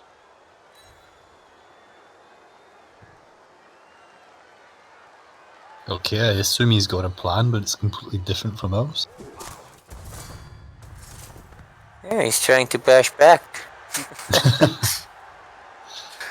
I don't know, maybe he just wants to run with the War Dancer and get away from the tackler, but It makes I could see it, your suggestion with giving the Wardens a plan on running them forward in the middle between two players seemed like a pretty ideal option. Now it's going to be the Wardens alone, or maybe he's just with one catcher. I mean, I guess he can just run down the field and But- just tag the tag the tackle. tackler, yeah. But I better like the still other get- option, having blocking one less and then getting more people down around the ball. So also if it fails, yeah. or even you could actually have blitzed the tackle. Yeah. That's a good shout, Andrew. Well, but does it really matter? Because he's not gonna like dodge away with the tackler to blitz now anyways, No, right? when he So got when you six get up. one square less or two square less down, Yeah. so now at least he just gets 3 dice into 3 dice. Yeah, Yeah. it's 9 dice though. But yeah, if 9 dice. if he only had blocked one on the line, picked up with the What does he? if he 4, only, 5. yeah, if you instead have done what you suggested, blocked one with the 3, and then have the 2 catchers on the line, then it could at least been 2 players around him, which have been 6 dice Yeah. instead of 9 dice. Yeah, but maybe you don't even get. Oh yeah, 6 dice. Yeah, 6 dice with no tackle. Yeah, I think.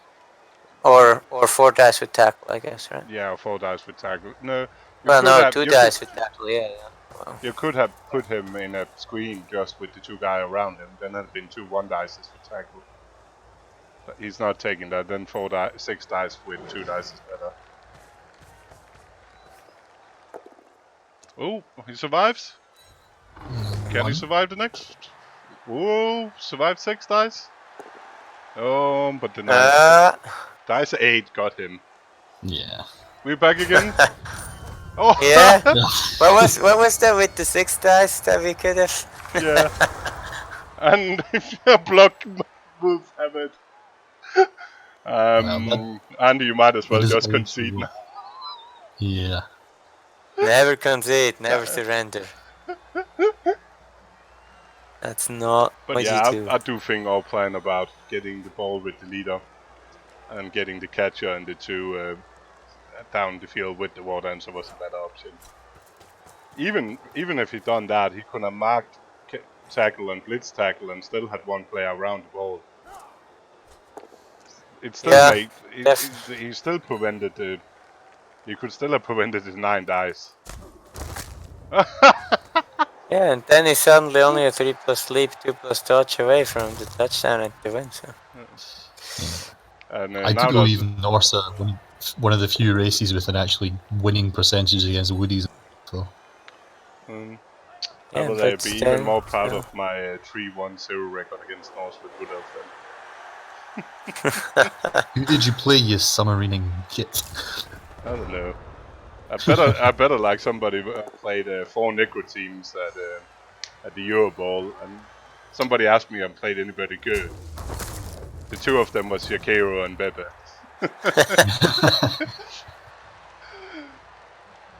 Oh. Yeah, you're always there at table 1, where I was wearing my cheese hat at table 6 the whole first day. That was crazy, right? So I lost my first game, right, against the Spanish captain. Yeah. With having a crucial double 1 on the dodge, and then I was lowest in my team, and then we played against Hungary. So everybody on the bottom 3 tables won. So after 1 loss and 1 win, I was still the lowest in my team. So in the third game, I still had the cheese hat on. So it was pretty fun. And then I ended up actually winning all the other games and having a 5-0-1 at the end. But The first day I was always with the cheese hat. Yeah. And the hardest thing was, you know, in my third game after like being on the last table, I thought like, yeah, okay, now I get a break, right?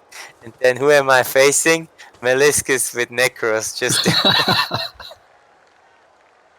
But then luckily I locked him away. So yeah, but I think he was more unhappy than me to have that matchup after 2 losses or something. There you go. Piling on. Oh yeah, it is even better with my record against Norse. The guy I played, my only draw was to Owen's kid. That absolutely just killed my wood elves. So now -2 dice and hope for 7 pickup fails. Yes, and Yeah, then minus go two to dice. Hopefully, -2 dice. Crowd scatter back into the Norse end zone and hope the game ends before he gets it back. Or why is he dodging there? What? Why he's That's not? the wrong square. Yeah, he's not always been good friends with picking the right squares. Maybe he just wants to contribute to have a pitch clear. He might get it. Oh, the Yeti is wanna move. Come on, you could have moved the Yeti closer to the trees. And Yeah, what's this? This is totally misplayed. You could have moved it to the other corner so it could hit the tree next turn. We need a pitch clear, come on. But yep. There you go. And that now is so wrong that the Yeti is not in range of the tree. Yeah, totally misplayed.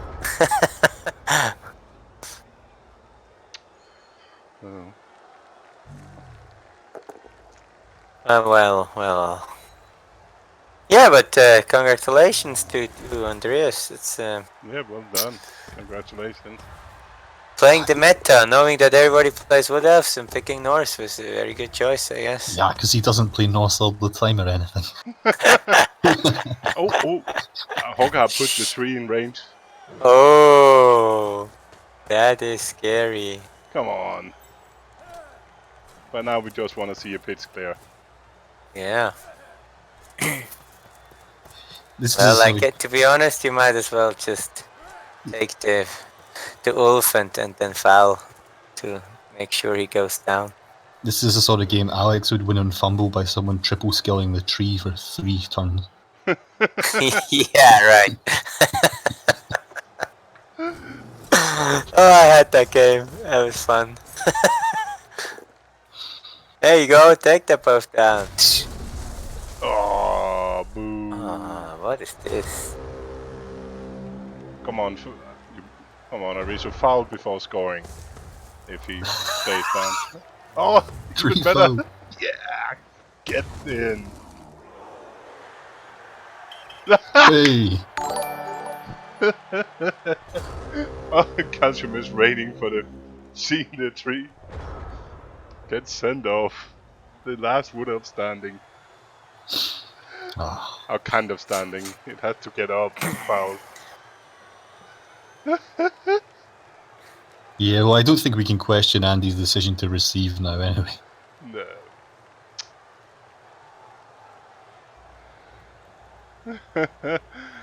Dirty Player hadn't really helped with -3.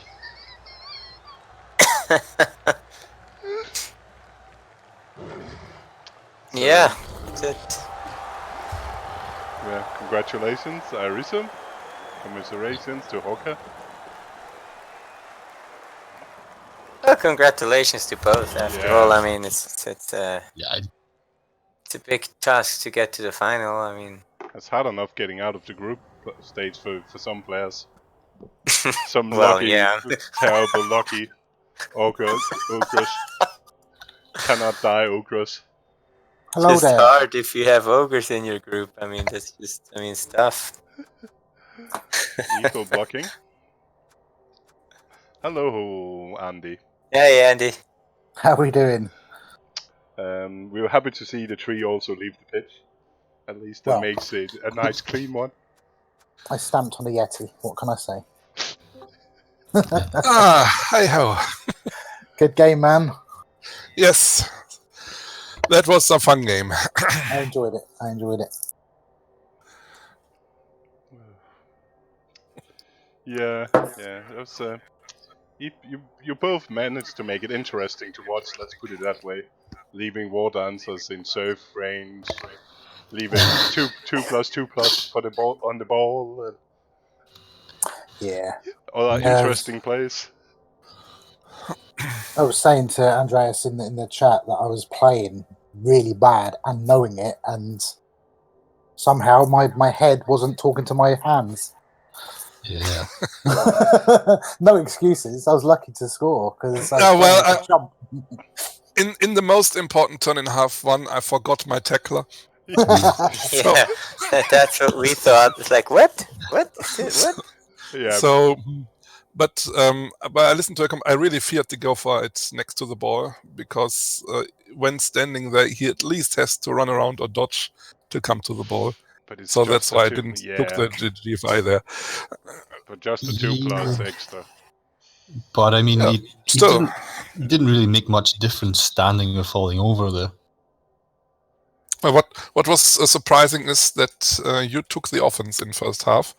I have very seldom would have taken the offense against Norse. I think it's a good decision actually, but most of the would have players take defense first, which I think against Norse is not good. That was my point as well. I would have taken offense as well, and the other two were rather against it. So here's my thinking on it when I won the toss is if I go first, I'm relatively confident in my drive, especially over 8 turns. But if you call it 6, not a problem. Normally speaking, that means going into the second half, I can now evaluate where I'm at. I can work out whether I've got a defense or not. And at the time, I did have how much pressure I want to put on the defense, or if I want to just say, do you know what, it's yours, because I know overtime's coming, and I've got that 1-turn touchdown, which means that then Andreas has to decide: do I get aggressive and try and ruin his team? Because if I don't, then there's the overtime risk. Which, let's be honest, if I win the kick, there's a good chance. Especially if I've got players. If I don't, it's different. Or does he play it safe in case I strip, and then it's giving him all the options. And then that was my thinking. Yeah, I mean, like I questioned it, but given the way the game played, I think it was the right choice. Because you did have chances on defense. If the rolly cubes had supported it a bit more, there was the -2D strip chance. Yeah. So what was this on this turn where you rolled the snake? You were like trying to dodge away with the recovery chance, right? So we were all expecting dodging away from the Yeti, leap in, -2 dice on the ball carrier. If it strips, then you have a like 3+ or 4+ pickup pass to the catcher and you're away. So we were all expecting that play, and then you move like the wrong guy first. I saw that, but what I didn't like is to make the strip worth doing, I had to go from the outside in. If it doesn't work. If it doesn't work or anything happens wrong, that dancer's getting surfed. And I was down to 4 or 5 players anyway, and it's a case of, well, I can't afford to lose more, otherwise my 1 turn's got. Because I'm thinking all the time, do I disengage and take the 1 turn option, or do I look at, trying to take the ball now? And there's on that knife edge to decide. I think that's a good decision if you have 7 players, but at that point you have like 5, so you're not going to 1 turn anyway. So I thought this would be the best shot to we did have a brief discussion in the commentary where I said you can 1 turn with even 4. But not if you set up properly. Yeah, no, I think I did 5. Yeah, but I mean 4 or 5 is doable, but so... No, you have 2 strength 4 players. It's like really unlikely. Quick snap exists. Yeah, but still, the 1 in 9 -2 dice strip is more reliable than the strip, than the quick snap, right? So. No, I mean, I would have went for the sack, personally. I'm just saying I do get deciding, no, I'm just going to preserve players, especially with the overtime. Yeah, I mean, if it had been a singles tournament where a traditional NAF style, where having to win or something, otherwise you're out of the tournament, that changes a lot. Then maybe you defend first. If it's a Euro Bowl setting, which is the mindset I've gone into with this, where the draw's the important thing. Well, I had the draw at full time, or we've got overtime. Well, that changes the dimensions of the game and the tactics you can potentially employ to, in my mind's eye, anyway. So let's talk about this offense in overtime quickly, because we had a bit of a different idea what should be played. So we thought it was very clear that the 2 catchers and the war dancer should be on the line. You pick up with the thrower, you throw it to the war dancer, and then you have that 1 block with the 3, which opens a 2+ dodge for all of the other 3 players who have dodge to go through, and then cover your war dancer either from guard or from tackle. So that would have reduced it to 6 dice or 4 dice with tackle. Yeah, Something. So Or even just 2 dice with tackle if you do 2 it right. dice actually with tackle, yeah. with reroll, yeah, possibly. But I think it's one of those things that when you're sat there making the moves, knowing Yeah, that it's if you like do to something watch. wrong, I've got 4 players and one of them's a tree. You don't obviously, and I've got the top clock ticking. I know it's, I don't know, is it 3 minutes something? I'm used to Yeah, it being 3 2 minutes. minutes on the PlayStation. I'm not used to, not that it's an excuse, the PC interface anyway, because it's been a while since I played in there. But all these things are going through your mind, and maybe yes, the dodging of catchers, make the block with a tree, and so on. My intention was, I've got 9 dice to not get a POW. It's not a brilliant odds, but I know if I'd stayed back, then my team would get deleted. There was no way it's lasting 8 turns. Yeah, I mean, we were just run forward, but reduce the Getting 3 number of players dice from forward 9 instead. to 6 or to even just Well, 4. I think you could even. I know I had oofs out there, but I think you could even go for 1 dice on the oof and put a sideline cage. Yeah, which- on the guard oath or the block oath. Yeah. or go for some 3+ dodges or something. That's the thing I feared most. I don't like the oofs out there on defense because they're easily bound, and I think the best option would have been to try some even 2 dice against. It's 70% against the guard oof and do a sideline cage with 3 players. I like that play a lot with 4 wood elf. Yeah, that's Oh, option. what is it? Actually, now I'm thinking about it. What about if you use 1 catcher to bind the tackler and the other catcher to just bind the frenzy Ulf and then just run away, so he doesn't get to blitz you with neither frenzy nor tackle? It Yeah. makes it only 6 dice with no tackle. It might have been the best way, actually. And then just have a naked war dance, but it doesn't matter because either you blitz with the Yeti, which you don't want to do, right? And then you can't blitz with the other Ulf because it's on the other side. And you can't blitz with the tackle, you have to dodge. So that might have been actually the best way. Yeah, that's 4 dice. So that's just a 2+ with a reroll, looking for 6. That's 50-50.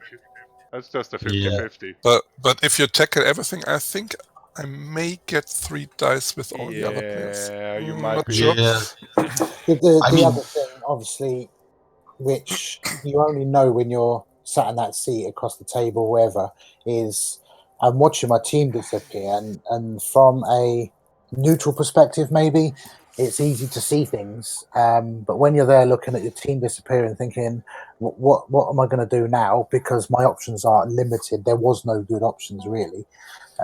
It's, and I don't doubt. Yeah, there's better things should have done, could have done. And I will watch it back as well. I know the first half was a train crash on my point because I made 2 or 3 errors that I wouldn't normally do.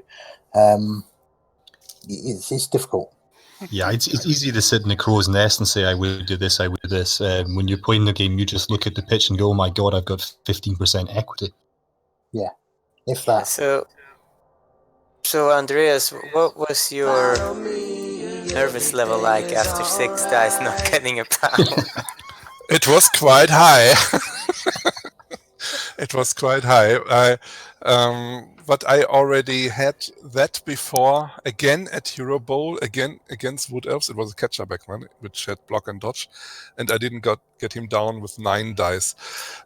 Usually with Norse you get a chance for at least 4 to 6 dice to blitz the ball carrier somehow. So, and usually it works. So I'm quite confident in that. But when the 6 dice didn't come up, you know, in a final, yeah, not having a plan B at that moment, and then that was annoying. But it worked. So. Yeah, but it's one of those ones. I mean, if it works, it works. If it doesn't, it doesn't. It was still the right thing to do.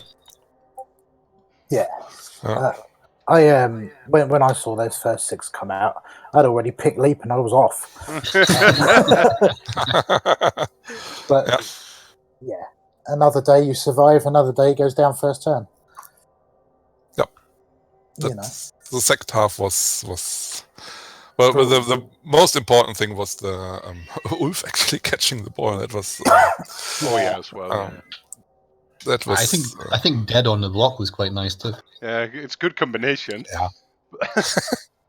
So, MVP for the Ulf, of course. I don't know if you got it actually. You got a Yeti that only plays 1/2 and overtime. Yeah, but I'm fine with that. But when he does play, he plays. Yes, the Yeti is, in my opinion, quite good in defense if he's taken back. Also, I would never play the Yeti against the tree. It's always the tree will always win, and at least if I get 2 dice. And, yeah, you did. Yeah. So I would try to keep away from the tree as long as possible, and just if there's an option to hunt down elves with 3 dice, I take it. I had a try in the first half which didn't work. That was actually a bad try because the Yeti was supposed to block some space on the field, but didn't move. And yeah, you had to move right a bit as well. So when the blitz failed, it was bad. Yeah, and I'm very confident using the Yeti very defensively, because even if you don't like it, the Yeti is a 3rd player with more than strength 3 that gets a 2 dice blitz easily on its own. And at some points, that's the way to go. And on offense, I put him very aggressively, but on defense, I like him there. Disturbing presence is to be considered, and it's not that unimportant, even in these matchups. Yeah, well, any gain is good, even a marginal gain, turning a 2+ into a 3+. Yeah.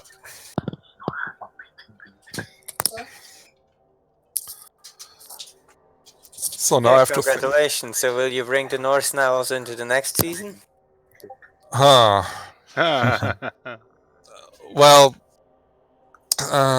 maybe. Let's see. I still think. Actually, I tried this roster again because it's quite similar to Euro Bowl roots, and was just wanted to have a look how Norse perform in this roster and in this rule set. And I think the rule set is very good for them. So usually I just entered the league actually to do some tests and looking how it works with the tackle lineman, which I'm not very confident. I don't like him very much. There was not many games where he actually made a difference. In this game, he didn't make a difference, and so that's initially was just something to test. So, but it worked out quite well. So maybe I do some other Norse tests. The Guard Ulf, I'm not convinced. I like him, but I'm not convinced. Come on, there are other options to test. Wrestle Ulf is bad. I tried. Wrestle Ulf and dirty players. Be friends. Bring out your inner friends, guy. A dirty player lineman would have been more useful than a tackle lineman. Well, certainly if you remember to use the lineman. Yes. Yes. It's easier to remember to use dirty player. Actually, against Wood Elves, you cannot tell it's a mistake to have Thumb back there. But yes, I forgot him. But still, your tackle player pulled all the blitzes from the Woodies, so it was kind of still a deal. I mean, for me as Woody player as well, it makes a big difference. Yeah, it's something you have to respect. But in all the matches I played, he never made a difference. And I'm usually Yeah, from a mind game perspective, right? I mean, yeah, you true. Usually I'm playing Norse your catcher without. and To be Warden fair, together, right? but if he's been dirty player lineman, he's been drawing the blitzes from the Wood Elf anyway. Yeah. Yeah, same. And dirty player is like the second blitz with Mighty Blow, so that's fine. And well, I'm not convinced of the tackle lineman. I think he's not bad, but next I would try to test the dirty player lineman, even in this 13-player roster or 12-player Apple roster. Nah. You don't like it. No, I really don't like it. I think Norse have to be played with 13 players because there are those matches where where those things happen to you that happened to Hawca To be in this fair, game. it could easily happen in this game. Both of you had 14 armor breaks. Hawca had 12 armor breaks. You made 11 combined Cas and KOs. Hawca only made 4. If that's I been think the the other first- way around, you definitely need more players. I think, if I remember correctly, in the first half, I only survived 1 armor break. Everything That's else was 3. at least stunned, or 3, but not many. And The tree. The the tree. tree was it. The tree was the one that survived. Yeah, He's the and one I that was didn't break.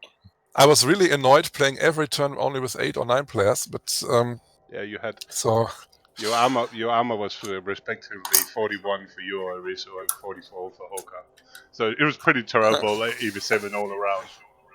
yeah, so it could have easily gone the other way, and yeah, that's why I say Wood Elf is a bad matchup for Norse, or not a good matchup for Norse, because at some point they just take their 1 blitz against armor 7, and it can work quite good.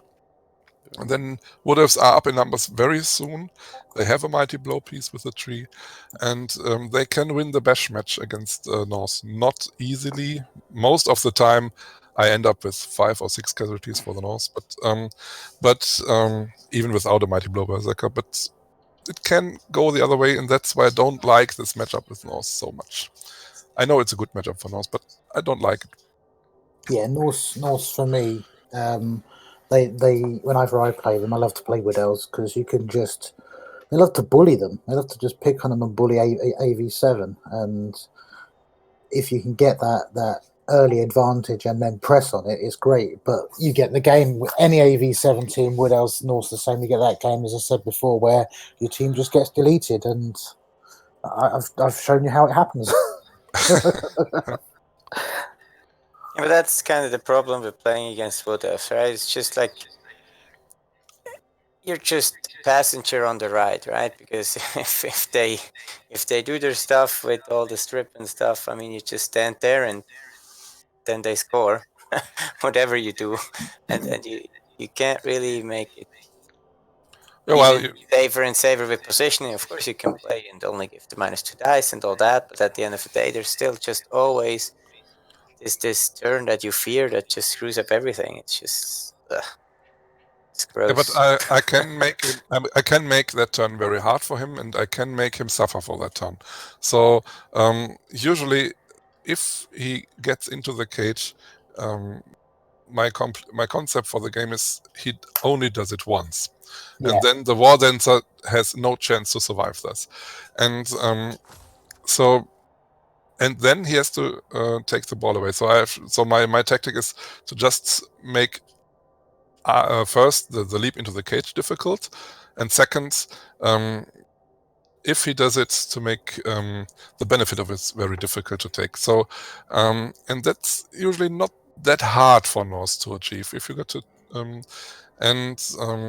usually most of the players won't come into the cage in the first turn. So you have some turns to set up and be prepared for it, and then usually it works for me quite good. I don't fear the Wardens are coming, actually. Yeah, I mean, with all that frenzy as well, you can also set up sideline gambit where you're not actually. Where if they leap in and it doesn't work, you surf the War Dancer. Yep. Yeah, but that's kind of why you want to take offense with Woodies, because at that point, when you then actually leap in, it should be turn 13 or 14. Doesn't matter if then your war dancer dies, because then the game is over. Yeah, I mean, you set that up early, you don't do it late. But Well, yeah, I mean, Actually, I have the most problems if the Wood Elves are playing very aggressively, going in the first turns, and I find it much more difficult to cope with that as Norse than coming in turn, let's say 6 in the first half or 13, 14 in the second half, where most of the players come, and I think that's also true in general in NAF, though. If you turn up with Wood Elves, but you might have seen I always set up very defensively. I'm putting 5 players in the back on my offenses because a pickup fail is possible with Norse, and then I have problems and I need players then. That's I've lost games to that. So when picking up the ball, I'm playing very defensively and having a lot of players in the back just to not get caught from catchers or wardens just doing strange stuff. Dodging 3 times 3+ and screening me in my own half, and yeah. Okay, we have to ask: did you forget a lineman? Or was that deliberate, leaving him for 3 turns?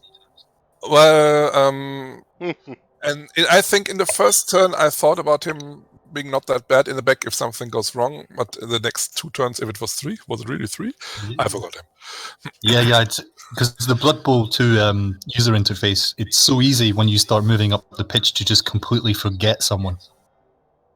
So we figured that was probably what had happened. Yeah, especially Snotlings. Green Snotlings are the worst. There are differences from playing online and playing on the table.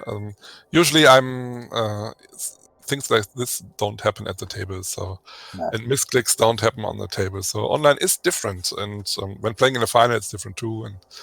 And so I think we both have been a bit nervous. Yeah, definitely. Yeah, so that's fine. That belongs to final 2, being nervous and cope with this, with the emotions and everything like that. Yeah, but always good if it comes down to kind of the last turn being either this or that way, right? The power, not the power, makes the decision on turn 2 of the overtime, so that's always the fun games for. This is it. That turn 2 of the overtime, whenever it was, it's. I knew once the war dance had gone down, and the board being caught by the elf, it was done. It was finished, unless freak dice happened, and that's all. I was always going to play for freak dice by then. When the catcher went down as well, I got nobody in range to score either. So even if I do get the freak dice, there's nothing I can do with it anyway. But when you're in that position, if that power doesn't come, I'm worst case is a 3+ away from a score. So it's balance, even in a bad position with what else. It's in balance. But Andreas did everything he needed to do.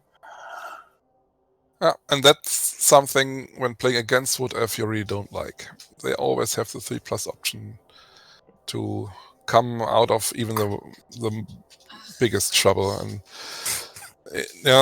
I told to Andy during the game after we set up for the overtime, he has the only team in his hands who actually can win with this in this situation, and and so still you get nervous then, even if you're up in numbers, if you have momentum, and if you have the dice in second half. And, yeah, I mean that's why I said he was lining up and saying, "Oh my God." With any other race, you just say, "Lost." I may have won the toss, but I have lost. Yeah, I think Skaven might get away with it if they're lucky, but yeah, maybe. Yeah, Elf in general could. Only 84 could get away with it. I'd say. Maybe Pro Elf swarming and then hoping for some good dodge dice. When you get 2 catchers with Pro Elves, you could have at least one standing who can get the ball passed from a thrower.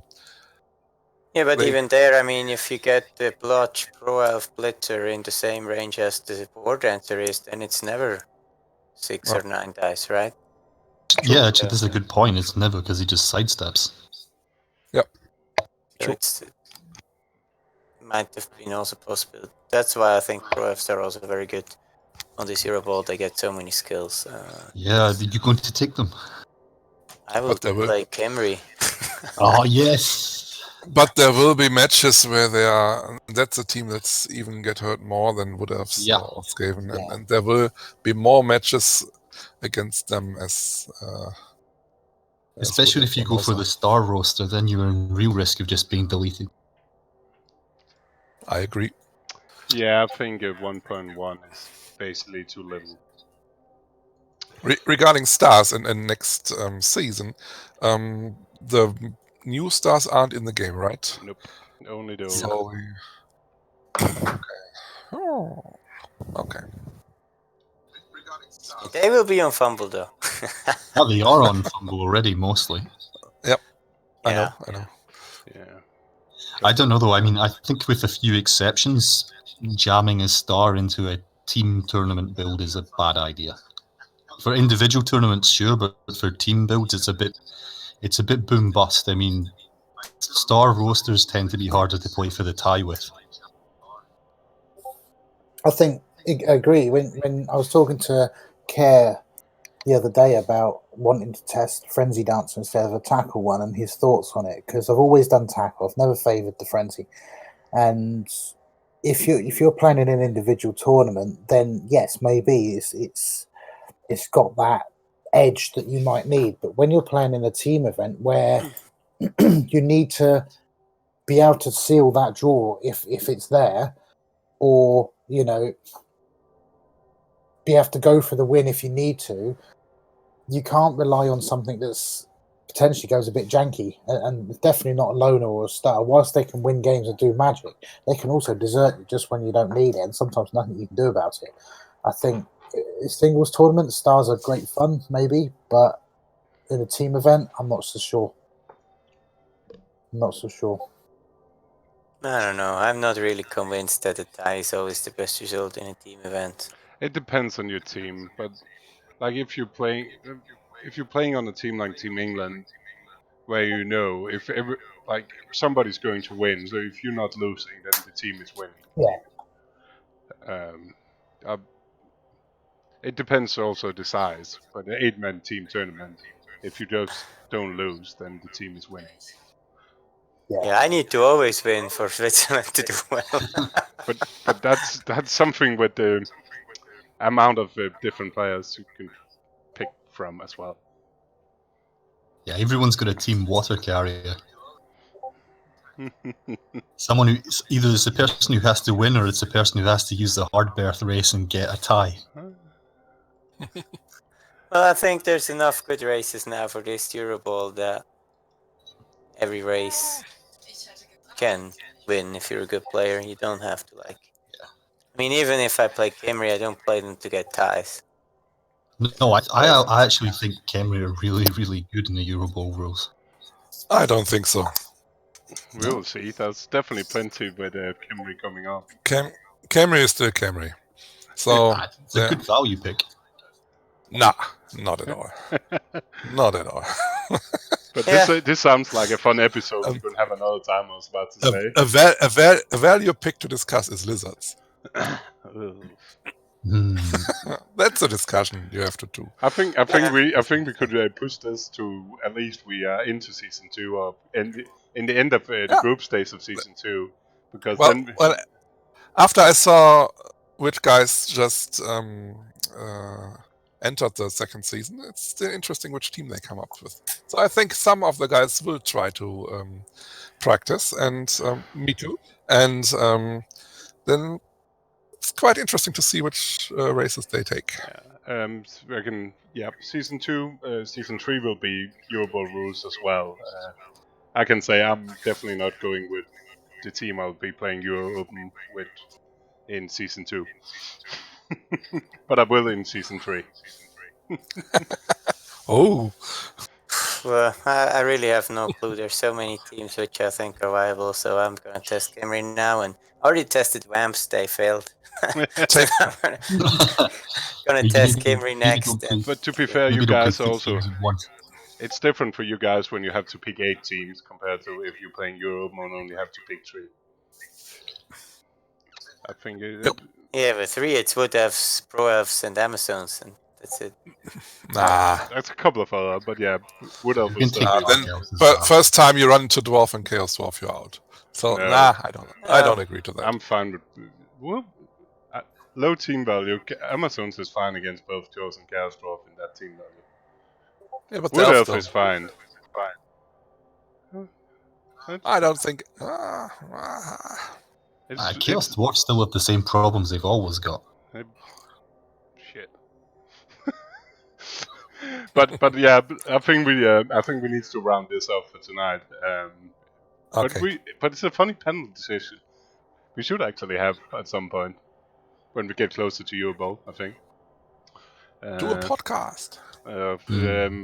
We had somebody doing a podcast. I think we can wriggle some in around the courage of TackleZone instead. But I mean, even though the discussion is so unclear and there's so many different opinions, kind of speaks for the rules being very open to a lot of teams. Yeah. Yeah, I agree. Yeah. There's a few you just kind of discard immediately, but for the most part, there's a viable races and rosters. Even within the races, people go, "Oh yeah, that's a good pick." There's a lot of variance within what you would actually pick on the skills as well. Yeah. Then you have to also pick, do you want to have like an average team which doesn't have bad matchups, or do you want to pick a good team that you just one or two matchup is bad, right? It's also a decision, right? But for example, Dark Elves are not that good in this setup, but they still don't have bad matchups. Which makes them good. Which makes them still reasonable, right? If you're a good coach. Good. The thing is, Dark Elves, because they have no bad matchups, so if you have a good coach playing them, it's still a good option. Yeah. Yep. Well, I mean, the defining factor in every single game will always be the coach skill anyway.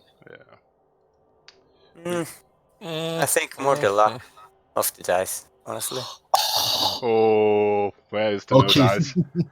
So if we have a podcast on races, we have to get Spence on just to argue with Alex half an hour on this.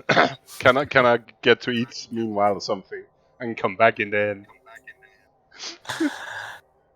I mean, come on, you know. How could I win with ogres if it's not just for the dice, right? I mean, it's so important. You could be the Jesus Christ of Blood Bowl. Yeah, but then still you need to be lucky. You can be the Jesus Christ of Blood Bowl and still lose 3 games in Euroball. The beloved son of nothing. I think the thing is, you've got to be good, but with some races you need that element of luck. With some races you don't. You can mitigate it. With your ogre teams or halfling teams or whatever, if you don't high roll things, you try and play tight, you're putting yourself at a disadvantage. So you need to push through those. Yeah, but it's an element of skill to play for a high variance game when you need to, and to actually know you need to do it as well. Yeah. Are we all agreeing still, on something? If you have more variance, Stop! We all agreeing. Bye, guys. Let's stop on that point. We all agreed that it does take high skills also to know when to go for the high variance. And it goes with also tier 1 teams. Well, that I remember one thing in the first half, which I really thought about, is re-rolling the push, the power on the wall answer to blitz him out. And I heard your answer, but I'm still thinking it is viable to re-roll that. I'm not. Well, obviously it was a mistake that he stood there. We are clear on that. But yes. I really thought, shall I re-roll the push? The re-roll the power. And not sure if I should have done. I think with a block Ulf, you probably re-roll it, but because he's just guard, the chances of just 1 in 9ing being completely out of position and possibly even chipping your Ulf are way too high. But I don't know if it was a tackle or a strip ball one answer, but it's such a big reward to get him out. Yeah, he was a tackle. But such a big reward. Yeah. And it's worth the 1 in 9, I think. But you didn't think in the when you were standing there. Yeah, I was relatively fast deciding to take the power, But after that, I was angry. I thought, you should have thought longer. And I mean, I guess you also have to equate with the fact you do kind of expect him to score. So at that point, maybe you still re-roll because, okay, if he scores because you're in a position and fails, so be it. He was going to score anyway. Yes, there's more behind. If the Wallenser is out, I usually can make him score faster. Yeah. Having sometimes 2 turns in the first half to equalize. There's more behind it, and I'm not sure. I think it would have been the better move to reroll it. I don't think Andy would have scored any faster, but it might have. I mean, if you didn't get all the casualties in the second half, dance being a big deal. I think also it's not that it was a mistake. There's no two ways about it. But I think when you play on a tabletop, and you finish a player's turn, there's options to say, well, actually, hang on, I haven't finished. He's got move left. I'll finish it because you can spot the mistake or the error. Yeah, take back.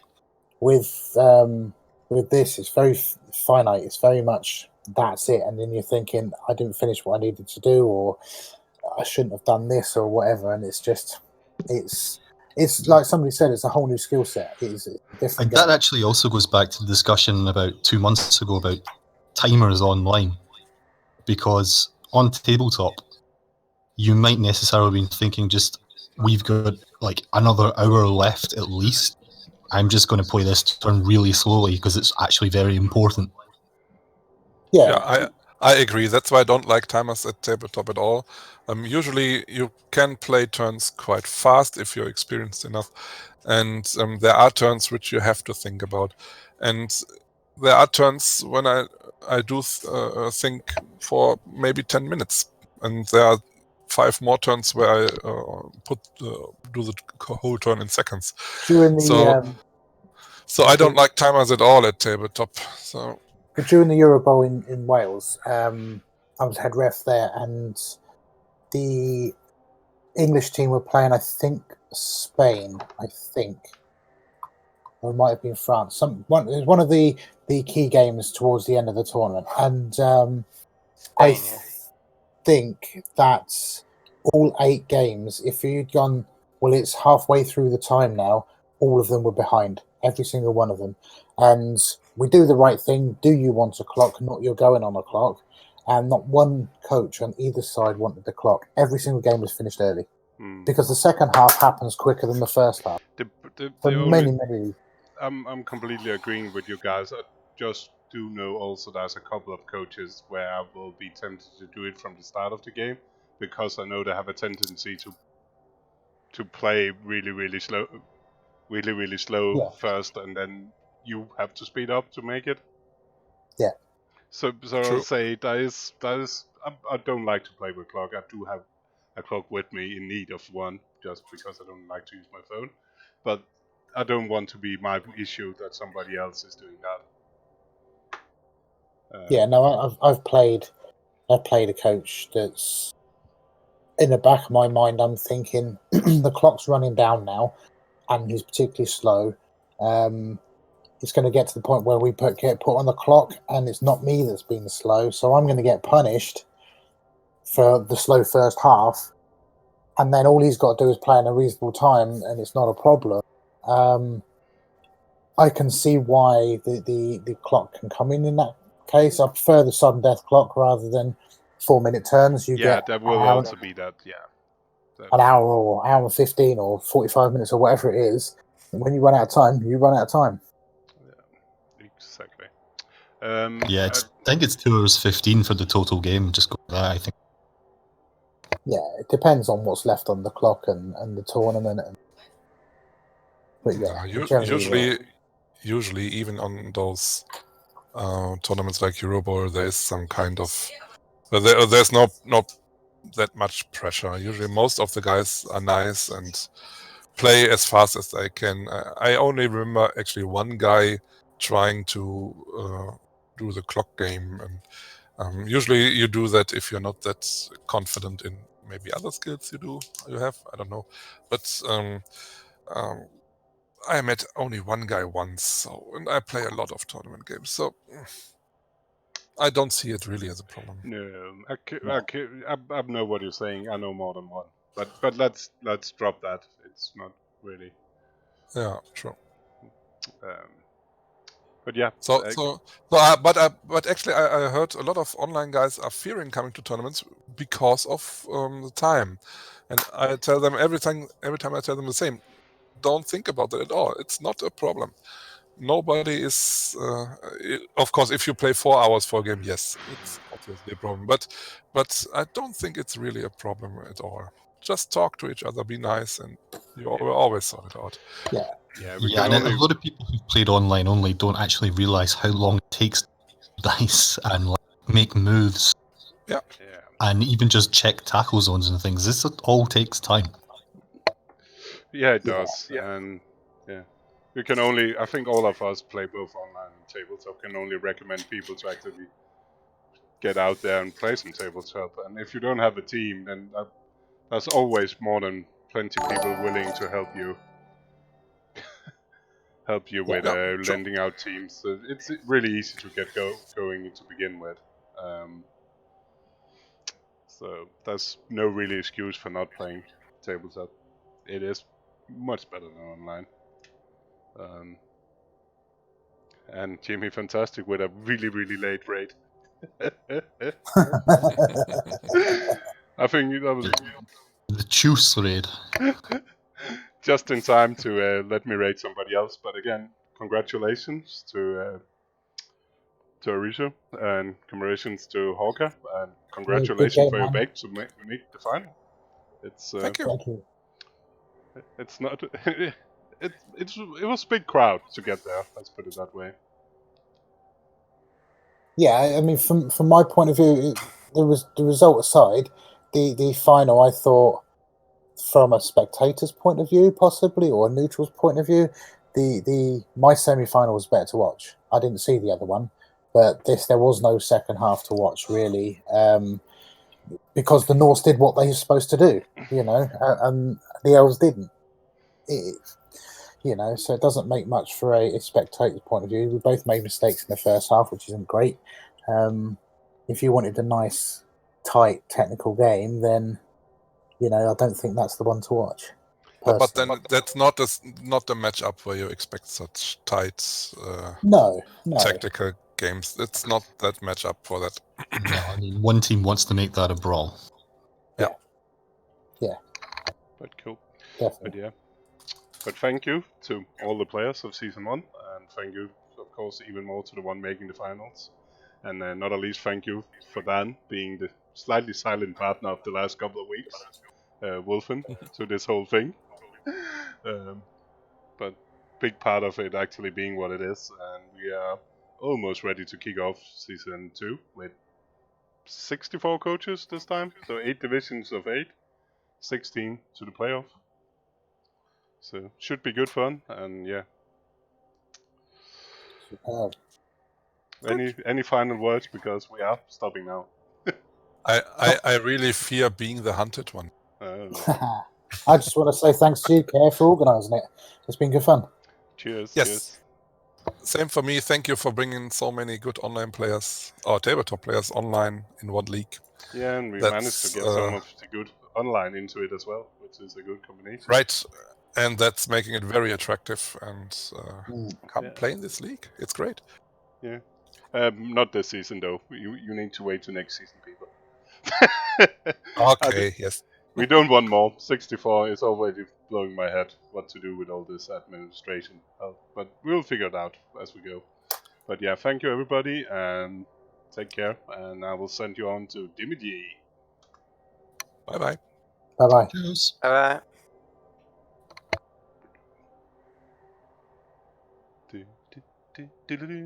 Because otherwise we will be ending this stream in 2 hours.